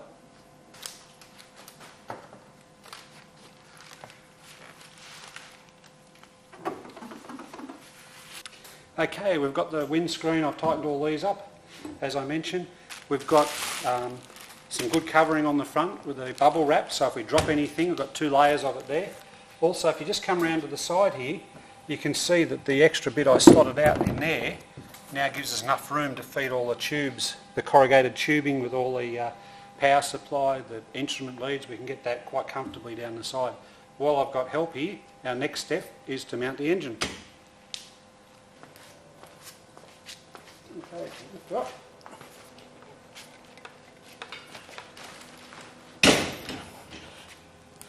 That's it. That's it. Perfect.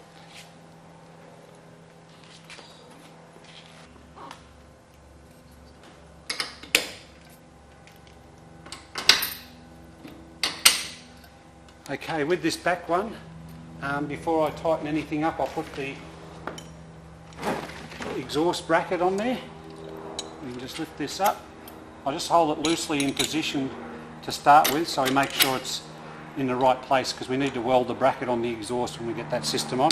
And I'll put washers and nuts on these. Something I've just noticed, and I haven't seen this for a little while, if you can zoom in on here, see how there's a gap between the engine mount and the rubber. When this gets pulled down, it should close that gap up, but I have seen some of them which it doesn't actually close the gap. So what you need to do is to take off the engine mount itself. Inside the engine mount is a little metal sleeve right in there, and you need to take about 2 millimetres off, and then when everything is then tightened back up, it can put more pressure on the mount.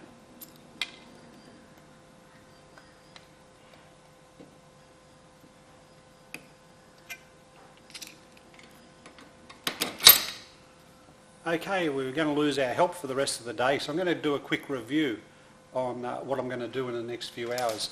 we've got the engine on and I've just secured the bolts in place. Something I want to make you aware of is this aircraft, this is the first time I've seen it, but some of the nylocks, only in the 8mm, are actually winding out the nylon, which is a big no-no because then it's losing its ability to grip. So what I'm going to do is take that off and put a new one on. That's the first time I've ever seen that, but I just wanted to point it out to you to make a particular note when you're doing your kit. As I mentioned before, we've got our engine on some stainless steel supports up in here. That lifts the rear of the engine off the frame. Because they've made this part bigger, as I just mentioned, it can hit the frame underneath, so we leave it in that position. What I'm going to do on the engine, everything's pretty much ready to go. I've just got the plugs I'm going to plug in here. I'll drill a hole, there's already a hole in the plastic, but I'll drill a hole through the metal so we can put some cable ties around everything to stop them bouncing up and down. Our cables I've got here for throttle and choke, I'll disconnect those, unwind them. I'll take them back down through in between the windscreen and here, and then I'll hook all those up. One thing I do in the manual, it shows you the choke position down here. I don't like that because I've got particularly long legs and I find that I keep hitting the lever with my knee and it's uncomfortable. So I'll bring the choke along the frame here, through here, and then down onto this bracket. I have to cut away some of this rubber, but I'll position it here so it's up in the roof because you only ever use a choke once in the morning. As I walk back down here, Nigel will follow me. In the cockpit area, I'll connect up the main cable. So there's an electrical cable that comes with the X-Air, which I'll connect up from the engine, bring it where that big spool of wire is, run it down the rear of this frame. I'll just come around here, connect it up, run it down the rear of this frame, in behind the dashboard, and I'll connect up all the electrics to the plane. Also, I'll connect up the seat belts. And now I've done most of the work in here, I'll put in the control bar that goes between here and hook that in. As I mentioned earlier, if you leave that out, it's a lot easier when you're laying in there because you don't have a lot of things in the side of you. If we go down to the tail this afternoon, I'll also get the horizontal stabiliser and elevators fitted. Now we've got the engine on the front, we've got no chance of the plane being tail heavy. And you can see it's actually lifted our stand off the ground. So we can remove that for now. I'll put that away for the next plane. Once we've done that, I'll connect up all the elevators and then really we've got to work on the fastback. As I mentioned earlier, we left off this bracket. This is just sitting here loose. And the reason I do that is that we can bend and move this to shape the fastback. One of the problems a lot of people have is that their fastback may be too big in the girth here, but fits nicely here and here. And they get a really bad fit where the Velcro goes along the top, as you'll see a little bit later in the movie. You want to have a really good fit in that area so it looks nice, and then you've got sort of firmness and strength over the whole fastback. Without, if you've got loose parts here, tight part there, loose part there, it just looks terrible. So we'll work on that. All our cables I've got in the right positions. I just use bungees on them just to hold them up out of the road. That way if you look down into the cockpit there, if, for example, we're in there and we're moving, it's not sort of locking against something firm, the bungees still give it some support so we can go backwards and forwards. And that's about it. Our help's going home, as I said. We've done about 4 hours this morning, so we've got quite a lot done. We've probably got about another 15 or 20 hours to go, another couple of days. I'll get a good 4 hours into it this afternoon, and when I see you next time, we'll review what I've done.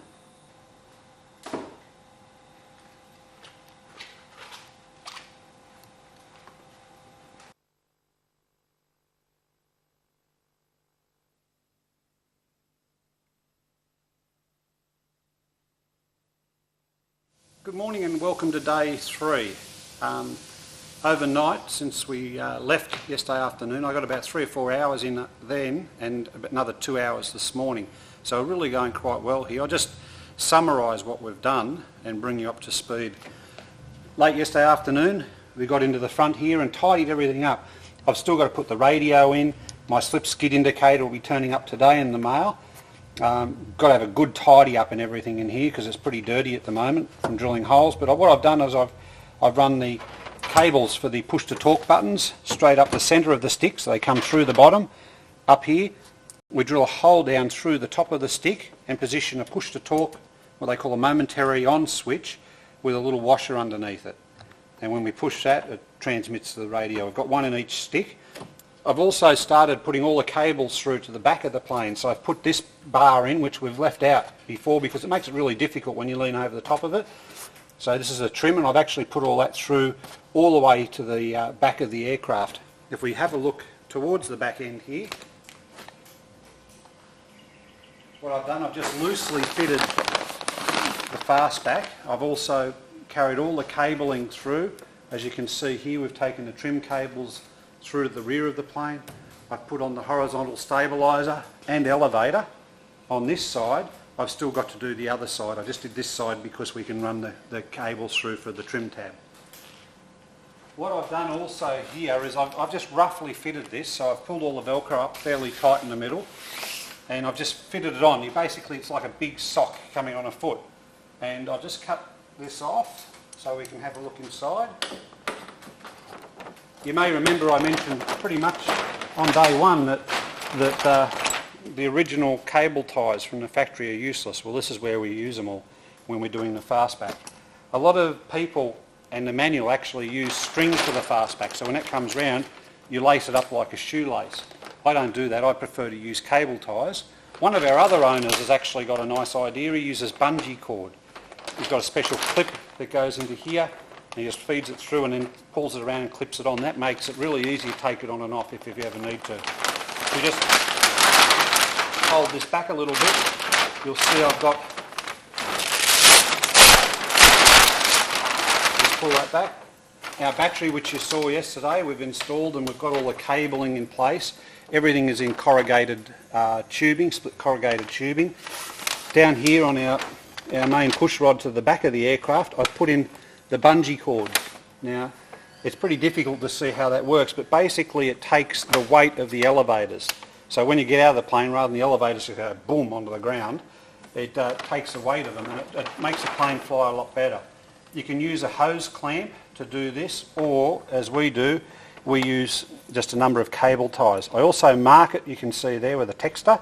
So if ever this cable tie comes a bit loose or it gets wet, starts to slide back, you can see that the adjustment mark where you first originally set it up, and you can also use that as your datum. So if it's not enough, you can go this way.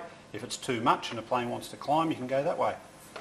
Our cables for the trim are all the way through. We've got some little guides there. It's just some fuel hose with a couple of cable ties around it. I still haven't secured this one in the bottom because I wanted to check when I had the fastback on that I had plenty of, like, I didn't need to bend it to make it any difference in circumference. With our cables here, these are the cables running back for the ailerons and rudders, and you can see they've got plastic sleeves on them, and that's to stop them where they cross over here and where they touch the main pole here. It's to stop them scraping. Now, a big problem with these, I'll pull this back off a little bit further. A big problem with these is they constantly slide up and down, and they usually slide down, of course, and they end up in the pulleys down at the down in the floor area. I position these, I'll give them about 300 mil from the end here, and what I'll do now is I'll use a hairdryer or a heat gun, heat them up to get that rubber nice and soft, and I'll put a cable tie around it. When we pull it tight, because the rubber's soft, the cable actually embeds into the actual weave of the cable here, so you get all this plastic embedding in it, and the cable tie around the outside of it stops it moving, and you can leave that there for the life of the plane. I'll just go and get the gear to do that now.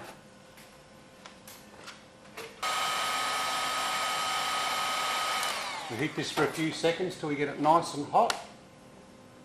While it is still warm, we can slide the cable tie up around it nice and firm. You can see there the rubber is still really soft and spongy, but it'll actually, when it hardens, it'll actually take the shape of the cable and it just won't move once it's in properly and cooled. When we finish, we just cut the end off and keep going for the next three.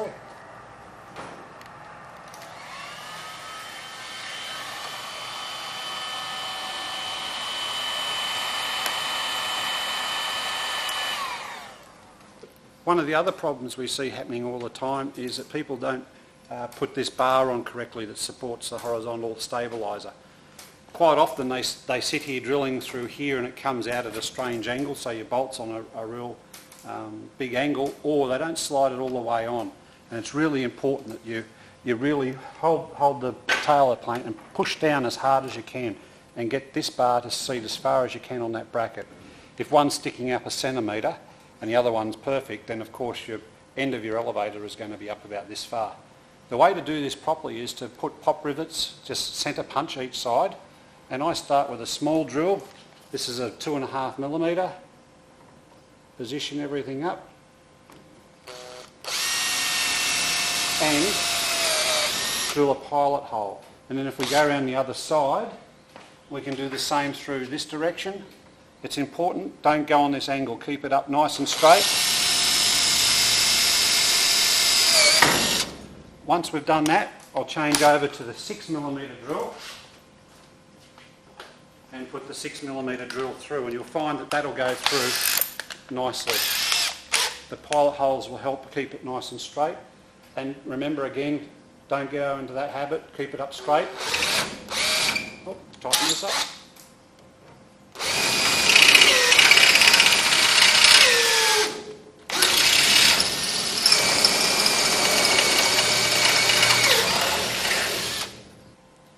Okay, another little trick that we use when we're putting the fastback on.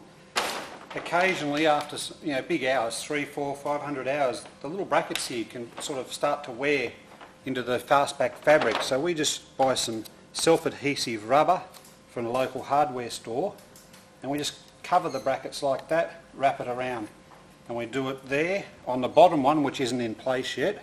I've still got to drill that when I've got everything lined up. Go down to the front of the aircraft. We do the same in this position here. So you just hook it on and wrap it around like that. You can see it's not a really strong rubber, but it just protects the fabric from being worn through. While we're in the fastback area here, we can see I've still got the elastic straps holding everything up off the ground, otherwise it all drapes down into the fastback and makes it really difficult to work on.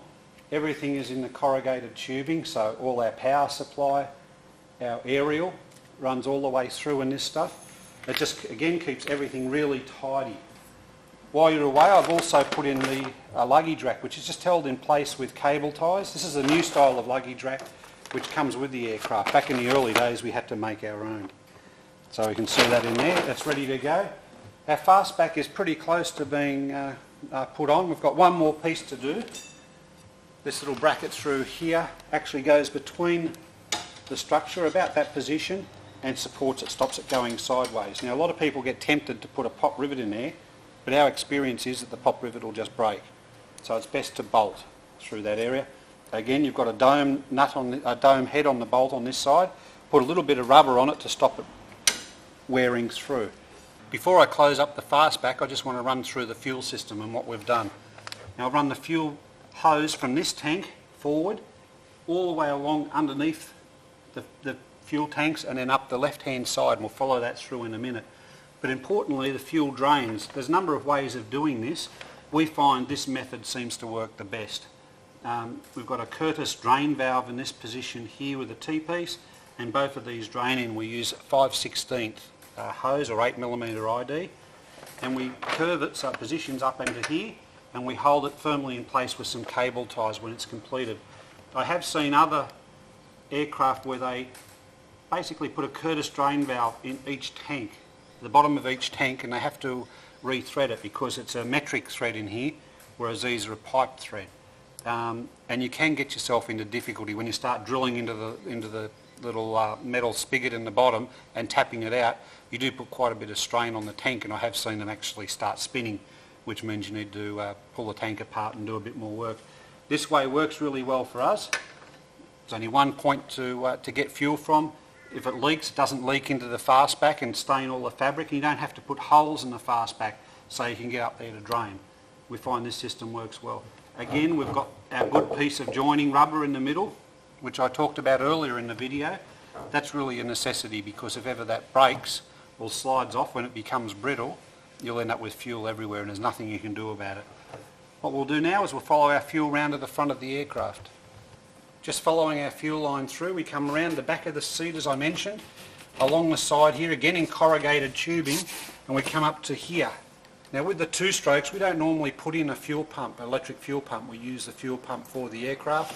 You have to check your regulations on your country because some countries do require you to put an electric pump. We use a fuel primer bulb, and the best ones to use are off Evinrude outboards. They're very, very well made, thick rubber. They last for years and years in an outboard environment in the back of a boat in the sun, so they're going to last in our aircraft. Some of the ones that I've seen from Aircraft Spruce and other aircraft supply companies are just too weak. There's no support on the ends, and I find that just vibration just kills them. We go from there straight into a fuel filter. We use the glass percolator types. Do not use the ones that are made for cars, which have got a paper filter, a cardboard filter inside. Because the first time you get water there, the cardboard and paper actually swells up, turns to a pulp, and then you've got no fuel going through. Now we're ready to almost mount all of this into place. It just again goes in corrugated tubing up to the engine, which we'll have a look in a moment. But also what we've done late yesterday is we've fitted all the throttle cable. I've just got some heat shrink here which I need to shrink over to tidy up, and I don't know if you can see it, but we've come through here with our cable, doubled it over so it can't come undone with a safety lock in this position. So now we push forward for throttle, back for off. Okay, our throttle cable and fuel cable come up here. We're going to secure them in place with about 3 or 4 cable ties on this support bar, up into the fuel pump and then off to the carburetors, and this one we brought up to here. As I mentioned yesterday, we run our throttle cable this way, and our choke cable we bring that up and back into the top of the cockpit. Okay, early this morning I managed to put the exhaust system on the aircraft. We get them already made with all the lugs welded on in the right position, but we come out of the engine through the exhaust flange. We have then an elbow with the bracket supporting the exhaust system off the top of the engine mount. We then come back through here to another bracket supported on that post. We nip that up so it doesn't have any movement in it, so when it's on everything's nice and strong. We're required in Australia and in many countries to put a little elbow on top of the exhaust. They're just made by a car company that does exhausts, and we weld that on. It does two things. It gets all the exhaust away from the tail of the aircraft, so it gets it up into the atmosphere while you're flying, so you don't end up with a dirty tail. And more importantly, it stops carbon monoxide getting sucked back in. Some aircraft actually bring air back through behind the wing and into the cockpit, which can give you carbon monoxide poisoning. For that reason, we must use these elbows, and we also put in a little carbon monoxide detector.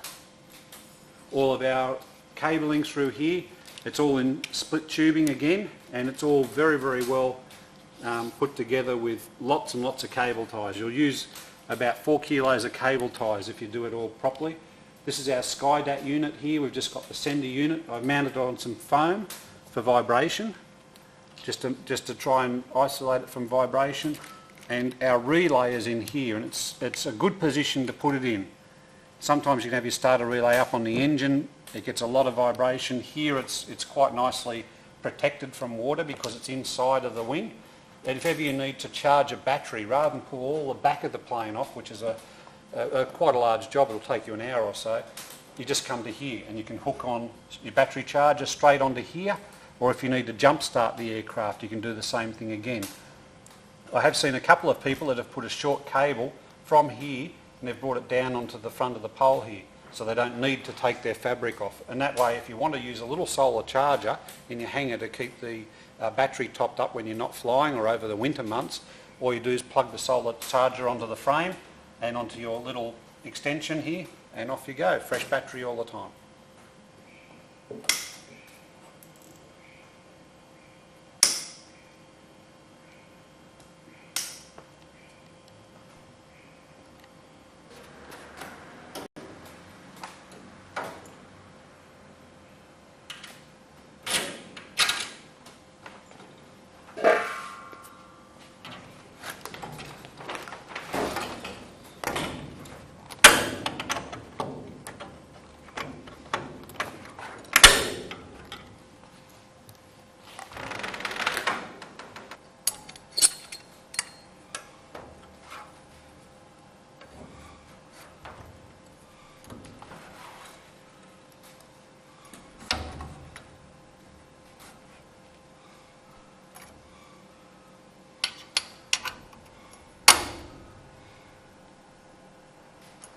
We're just drilling our last spars in the fastback in place and prop riveting them.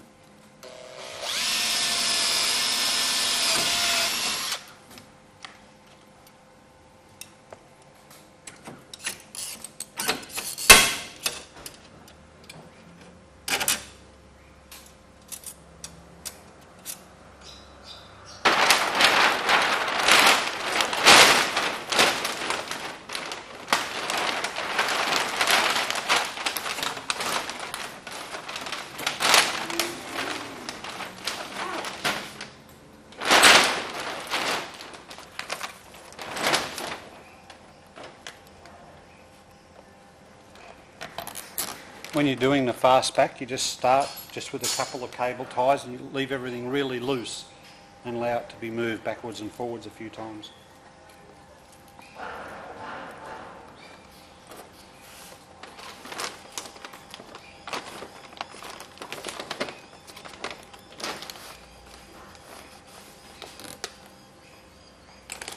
Present noise in the background.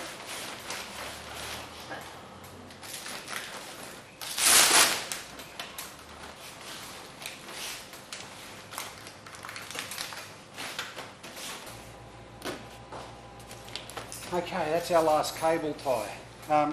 What we've done, everything's still nice and loose, and we can bounce on the back a few times. You still see it's not extremely tight, but we've still got to tighten everything up.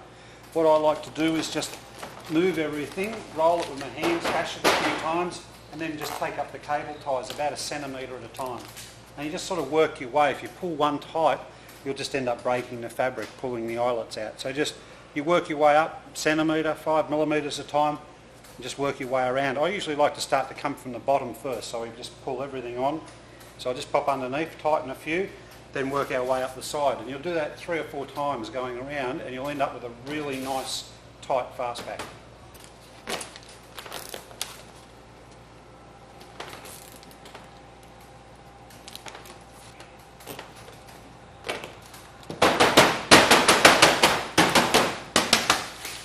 Okay, we've got our fastback 3/4 done now. You can see it's fairly tight. I like to leave it overnight because as much as people say this fabric doesn't stretch, it does. So I'm going to leave it now overnight, and then tomorrow morning I'll nip them up again. If we just walk down here, you'll see I've left all the cable ties, I've left the ends on them, so tomorrow morning I can come in and give them a good tug. If we cut them off, you can't tighten them again. It's now lunchtime, and I'm going to lose my video man for the day, but what I'm going to do this afternoon is continue with putting the fastback in. I've got the flap here that goes in, some down the sides which I'm going to put in, up the tail here. If we just go for a quick walk, I'm going to cut all of these cable ties off when I'm happy with the positioning for the trim cables. Around on the trim at the back, I've just got this loosely in while I've lined everything up, and I'm going to sort of wind these off. I actually basically tie them around and then pull them back and wind them around the tube, and then hold everything in place with cable ties. So I'll do that this afternoon. I've got a few things to do in the engine, just a few little tidy up things, clean everything up, and then pretty much the fuselage is finished. This afternoon sometime I'll get the aircraft pushed outside and I'll start on the wing. So I'll probably do a wing this afternoon, and then we'll do a wing together tomorrow morning. See you then. Good morning and welcome to day 4. I've pushed the fuselage outside for the moment. I'm pretty much happy with everything there is complete and ready to go. We really just only need oil and fuel, and the aircraft fuselage is ready to run. I've pushed it out so I've got plenty of room to work on the wings. The first thing I do usually is the wings, you put everything together. In this case I've got the aileron. If we just have a look, I just wanted to point out a few things. The ailerons need to be put on in the right order, and it's very, very easy throughout the X-Air kit for everything because they number it. You can see number 8 here and number 8 on there. So it's pretty easy to join the tubes together. I'll just lift this up. Line up the numbers, and you always know that you've got the matching pieces.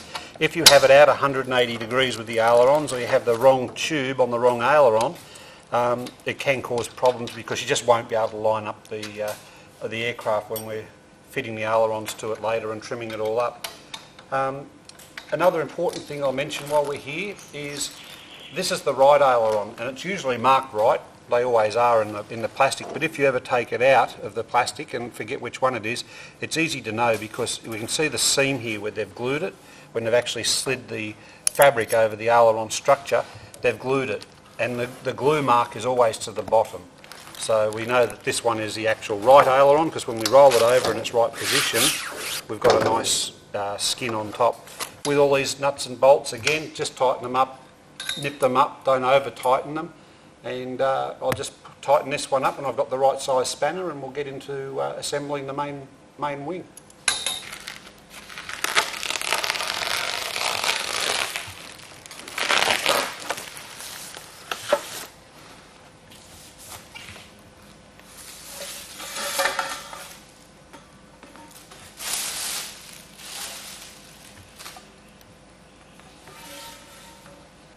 Okay, we're just about to start to assemble the wing. The wing is made up of about 5 or 6 parts: the leading edge, the trailing edge, the wing tip, and also 2 structures which go between them and support the wing laterally, as well as a couple of diagonal bracing cables which you can see here.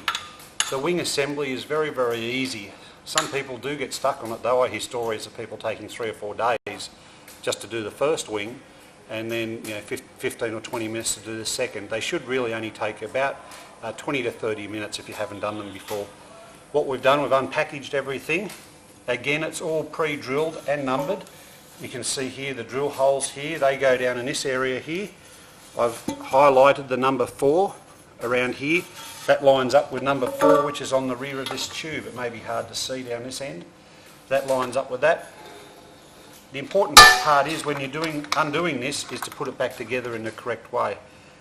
If you're in doubt, you can see we've got different size bolts on here, so you can put a 6mm and an 8mm if you need to. It's pretty obvious though because the holes are different sizes, but where a lot of people come unstuck is with these tabs. They get them on the wrong way. These are the tabs which support the struts that go back to the aircraft to give the plane its strength. But if you're ever in doubt, you can put a mark there and a mark there, so you know that they are going to line up together. You can see the position of this here, so if you're ever in doubt, just draw it. Draw yourself a very simple diagram like that, so you know that when you put this all back together it goes in that position. This little white pole, Nigel, if you can just push that over in front of me. Thank you.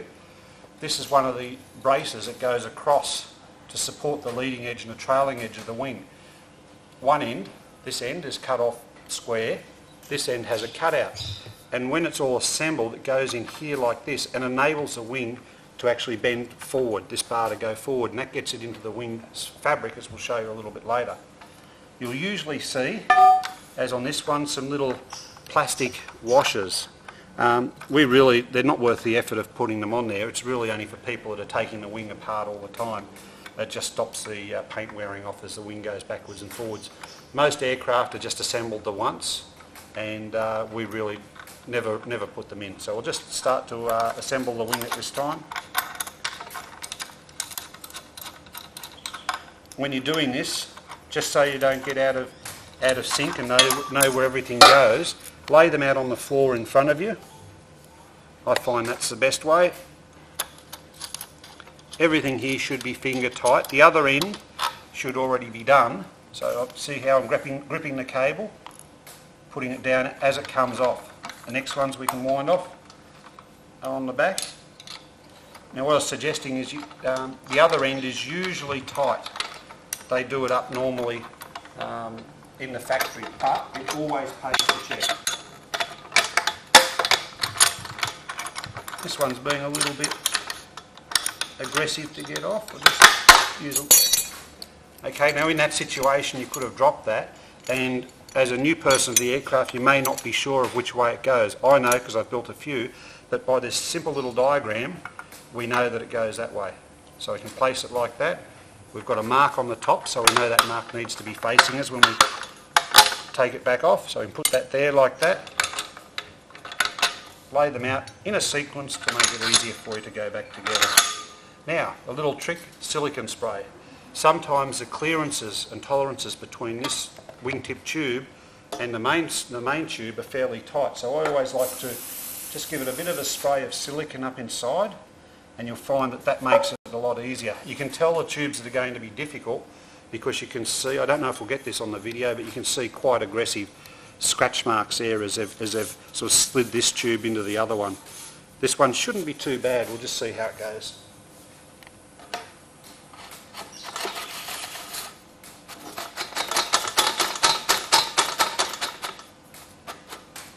Okay, we've got that fairly close to position.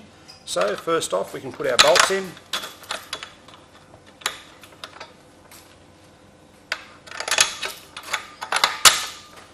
If we can line everything up, our saddle's back on. Now because I've laid it out, it makes it easier, I know the direction. The mark I've put with a texture colour to this mark.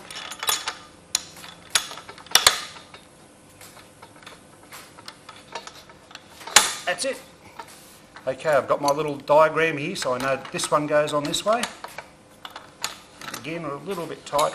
Sometimes you need to wind them through. I much prefer to wind them through like I'm doing now than to ever hit them with a hammer. Okay, I've laid it out on the ground, so I know now the cable goes on next.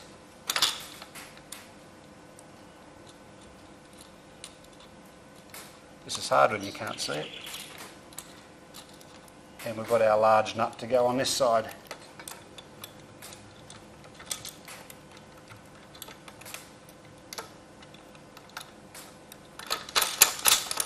Okay, now when I tighten this up, I only do it firmly. You don't over tighten it because you can squash the tubes again, and it's the same throughout the whole aircraft. I keep stressing that. Do not over tighten. Once I've got all that tight, I can then put the structure in, the support tube, and if you look at the angle of the other one down the other end, you can see it's pointing this way. So the cutout goes in the same direction. So you bring it into the plane and put it in this position. So the cutout, that area there, is towards the leading edge. That allows it to fold forward. Through the secrets of television, I've just managed to jump ahead and do the other three pieces, the other leading edge and the two trailing edges. The trailing edges go in the same. It's identical. It's just pull this bolt structure out here with the tab and the support, slide in the wing tip into it, bolt it all back up together. Now the next important thing for us to do is to do the actual wing fabric itself. This mat is what I've used to construct the aircraft on, so it's full of little aluminium bits. There's the odd washer or nut on the ground. So before I do anything else, I'm going to spend 15 minutes, give the carpet a good vacuum, a sweep of the floor. It's really important with the wing skin fabric because if it's laying on the ground and you might sort of lean on it or walk on it, or sometimes you've got to slide in it to get a cable out, your weight can push something through the fabric, and that's a disaster before you start. So give me a few minutes and I'll be back to you after I've vacuumed. Okay, now I've got the floor clean, something I don't like doing, vacuuming, but anyway. I've got it clean, I've separated the two wing halves. What I've done when I pulled these out of their original packaging is I actually marked them with a texter, just the letter R and R, so I know that these are the right hand side and the others are the left, which is important for people that haven't done it before because it is difficult to know which side is which. Everything clean, I'll just get the wing fabric out.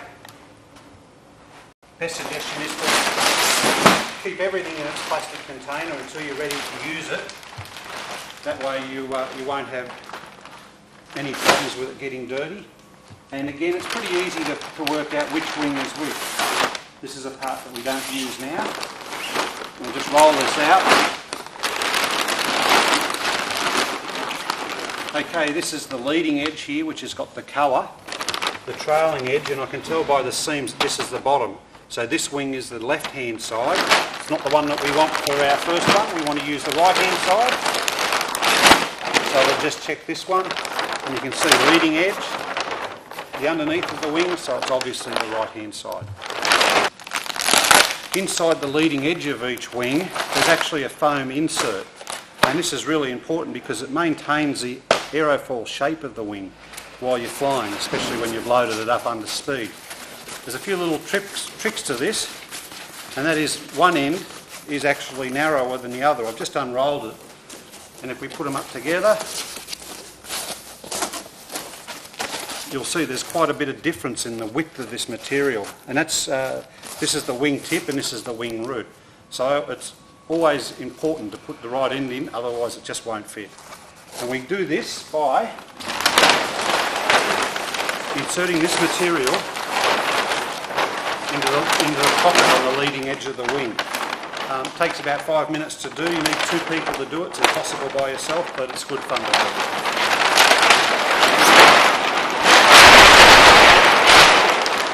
Okay, what we do is, now we've got the leading edge part flat, is we insert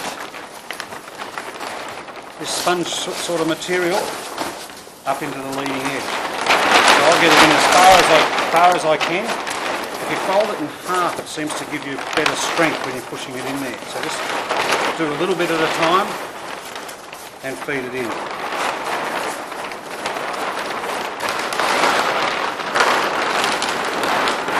Okay, I've got it about as far in as I can by myself. So what I do now is I come to this end and actually concertina the fabric up my arm, and I go as far down as I can to try and grab the other end.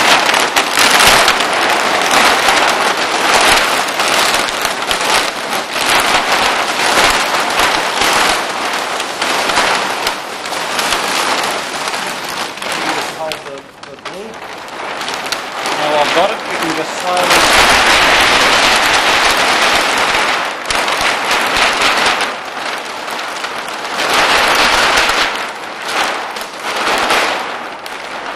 okay, and you can see the fabric's actually come through now to the end. I like to leave it at about probably a centimetre inside, because it looks really terrible if this fabric's hanging on the outside. I have seen a few planes that do that. When they've tried to cut it off, one person actually cut into the skin, which meant he had to take the whole wing skin off the frame and get it sewn up. So once we've got it in this position, I just hold it, give it a couple of really good shakes to put it in the right position, and we can lay it down now, ready for putting in the leading and trailing edge. Okay, I've got my leading edge now, and I've got the 2 white bars on it as I meant to. I'm going to insert that into the sleeve of the front of the wing. You just look down, Nigel. You see this sleeve area here. I'll just gently slide it in, pull it down low so it's not dragging as much as it will on the fabric, and just slowly feed it into the front wing. When you get the second pole up near this first opening here, just down here, you need to actually bring that through, because that comes out on the underside of the wing. Just keep feeding it through. It doesn't go in all the way. We've still got this cable hanging out here, and we need to locate that as well. Just move it over to this opening. And this is why you need the floor clean without nuts and bolts and bits of aluminium on it, because when you're kneeling on it and walking over the wing like we are now, you don't want any debris damage coming through. We're just sliding this cable opening through a bit further.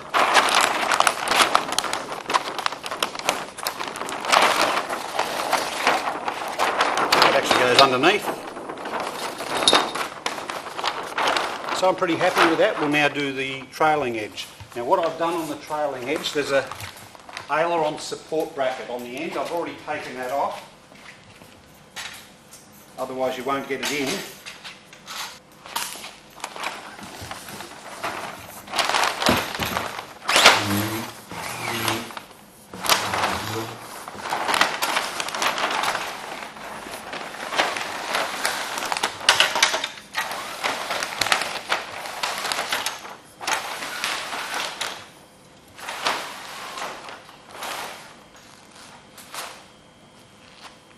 This cable that's hanging out the end has to get positioned in, so we go in through the opening in the rear of the wing, pull it through, and we send it off on its journey. It has to go over towards the leading edge.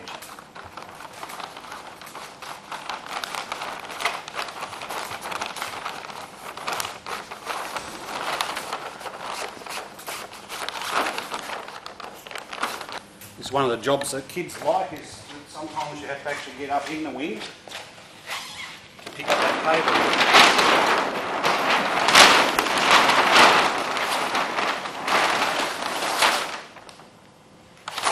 Okay, so we've got our leading edge, our trailing edge, our cables are roughly in the right position. We need to now look at the wing tip and then putting in the main bracing between each wing. Okay, here's the wing tip tube off the wing I'm about to put in. I've got the leading and trailing edge off the left hand wing, and it's pretty easy to see how it goes. There's no bolting or anything, it just slides into an opening here, and the same thing on the leading edge. Slides into a big plastic machined area, and that's the wing tip for each wing. Now we need to do that inside the fabric, and that's why I'm showing you now, because you can't see it when we've got this inside the fabric.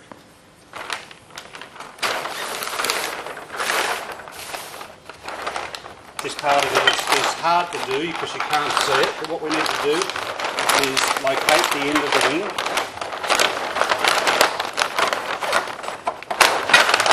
There you go, I don't know if you can make it out through here, but that's the end of the trailing edge, and I've positioned our wing tip into the slot in there. You can see I don't have it pushed all the way in, and that's because I need some room in the end of the bag for fitting it. I'll do the same with the leading edge, and then we're ready to push the whole frame into the bag properly. We can pull this down roughly into position now, and I'll just make sure I've got the wing in properly. Now everything's in position. The easiest way I find is to step on the fabric and push with your foot. Just make sure everything's nice and tight. Now we can start to do everything up. Okay, this can sometimes be a little bit difficult, but it is generally fairly easy. Pop that out of the bottom, move your tube over, and then come back in from the bottom. Be really careful that when you're pushing down, you're pushing onto this carpet-like material, because we don't want to do any damage to the upper surface of the wing. There's no washers or anything involved, and a good idea is just to check this mount, because we haven't actually undone this, so we just want to check that it's all nice and tight. I sometimes use a little screwdriver to keep everything lined up.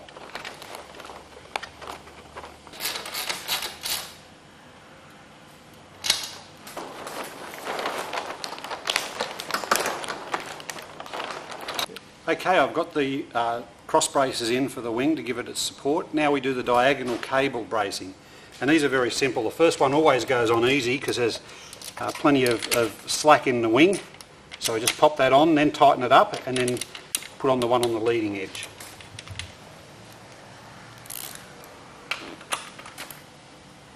Okay, what we want to do now on this last cable is just make sure that the wing is firmly in, so I've just given it a big push up. You can see now how this won't reach, so you do need to put a fair bit of effort and stretch it. You may need somebody else to help you as well. I'll just change around and get this cable on. That's it.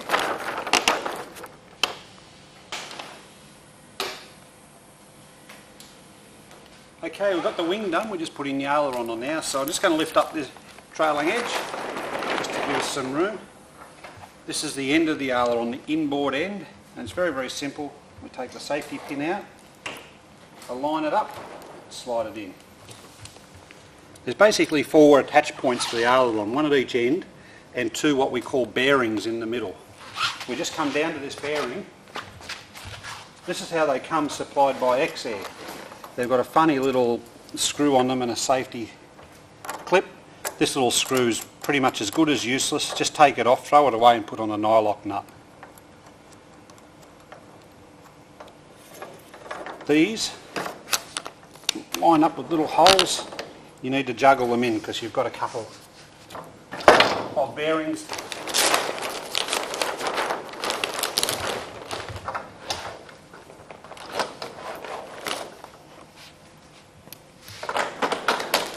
Okay, once these are in position, we then put a washer and a nylock on them. Okay, down on the wing tip, we need to do 2 things. We need to put this plate on and screw it into the nylon, and take this screw out and put it back through. You need to be particularly careful here that you don't over tighten, because it's only nylon and it'll just tear the thread out. Also, some Loctite brands are not suitable for nylon material as well. When this is all on the plane and everything's tight, we then need to safety wire this screw that I'm taking out now. And another important thing is not to over tighten it, because if you do, you'll make the aileron action very, very stiff. Okay, I've got the wings finished and I've just moved the fuselage back inside for putting the wings on. Putting the wings on is not a difficult job, but it does require a couple of people, 2, 3 if you've got access to a third person. You'll need a few tools, especially the first few times you do it. You'll need something like a little hammer or mallet just to knock in the pins, because they can be difficult and stiff to get in. The process of doing it is I've laid out the struts. I've put them on the aircraft already, so that makes it really easy. When you've put the wing on, you can just lift the struts up into place very, very quickly. And we always go from the front one first, so it's a matter of putting in the front leading edge into its slot where it goes, dropping the big pin through it. It will not always be vertical, so you need to twist the wing. So you get somebody out on the wing tip and you say, you know, leading edge, stable, trailing edge up, trailing edge down, and as they twist it you just use that instructions to line it up and drop the pin in. The one at the back is sometimes a little bit more difficult, and you'll need a little stool to stand on to do it. But this one in here, usually the wing leading edge and trailing edge is pulled in together, so you actually need to pull it back to get it into this area here. These actually rotate, so that can sometimes cause frustration while you're doing it up. Don't over tighten this, leave them as they are and just work your way through it. And you just need to align it up in the front and then tap it with a hammer to get it in. We'll go now doing the left wing first, followed by the right, and then we'll move on to aligning the ailerons.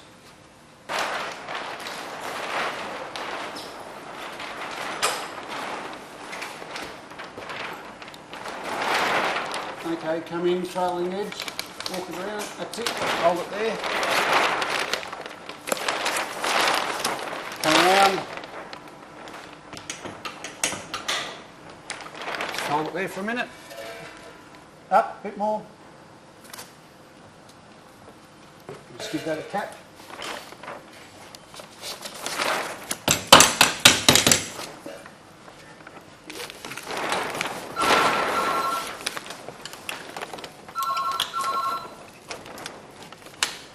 This is sometimes pretty difficult to get in because it's just so hard to see.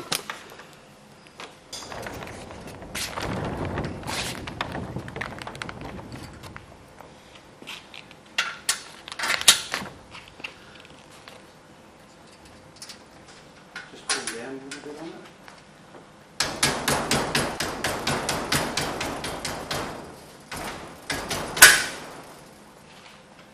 Okay.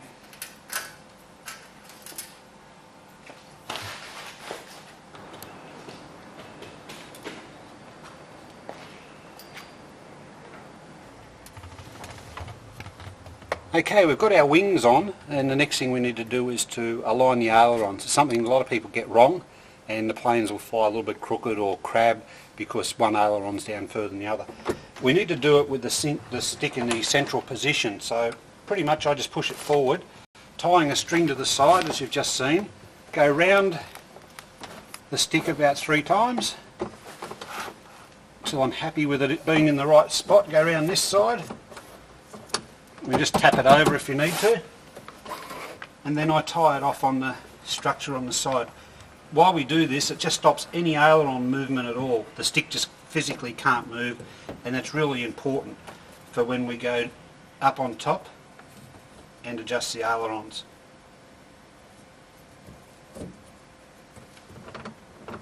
The first stage of connecting the ailerons and getting them aligned is connecting the bottom cable. So I'll just undo them from where I am here. Be particularly careful with this, because if you drop them down into the rear of the fuselage, it is quite difficult to dig them out again. I'll just leave that looped around so we don't lose the other side. And we just connect up the bottoms.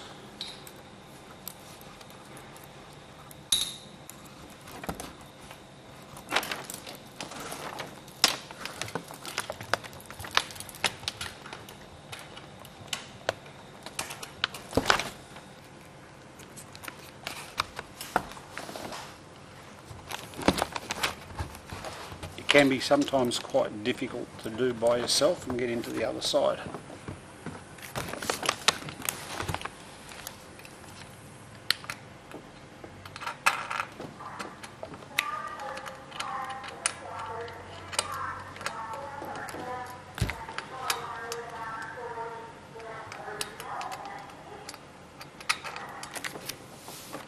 To align the ailerons properly, I use a couple of pieces of aluminium RHS, and we just put them in, if you can just hold that up there for me, wedge them in hard against the leading and trailing edge. I usually just hold mine in position with some tape. So we'll just go through here.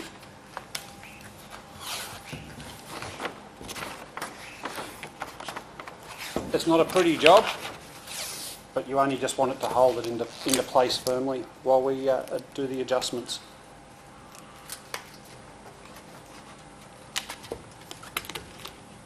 Okay, the secret to aligning the ailerons properly is not to have them dead level and touching this, but to have them up about 1 centimetre. I just use a couple of old nuts laying around, tape them in position so they won't move, and then pull each aileron down till they're touching. Okay, it's important now to check that both sides are actually touching the metal struts.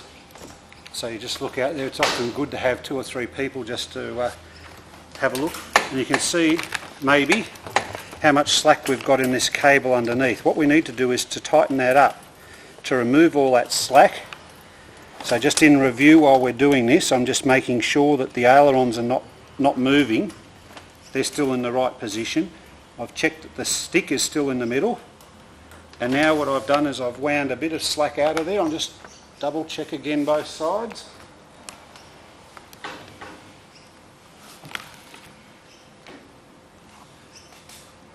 Yep, everything's fine. Just take half a turn out of that, pull them down and just triple check.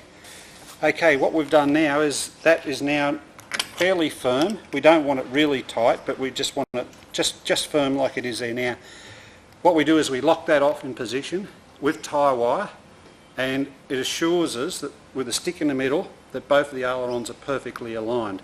Once we've got that all set up and locked off, we then connect the top cables to each aileron, so we just use the adjustments and position those. There's no need to do anything more than just make them the right length. When we have it all done up, we don't want it so it's like a banjo or something going twang, but we also don't want it loose like that. We want sort of firmness like that, about that sort of firmness in the cable. If you make it too tight, you just won't get a good feel in the ailerons, and they'll be very, very stiff. Okay, so in review we've just put on the wings and aligned the ailerons. Now normally I'd do this at the airport when the plane's ready for flying, but because we're doing this plane to go to a show, this is as far as I'm going to take you now. All we need to do to go flying is actually put the battens into the wings, which are very simple. Just slide them up into the pocket, push them all the way forward and lock them into place. Once we've done that, we need to run the engine in, and then it's clear prop and you're off and flying. I hope you've enjoyed our little assembly video. As always, you need to check with your local regulations for different countries. I know in particular England has some very different rules which don't apply to the rest of the world, only specifically to those people. But for the rest of us, we're allowed to pretty much do what we want. Now with our assembly tips and techniques, as always, only use them as a guide. This is how we do them with our experience over assembling many, many aircraft. If you're in doubt, always check with your local dealer, and always refer to the X-Air assembly manual, because they have some very, very good hints and techniques, and show everything very, very well in the assembly manual. Well, that's it. I hope you've enjoyed it, and now we're off to our show. Thank you.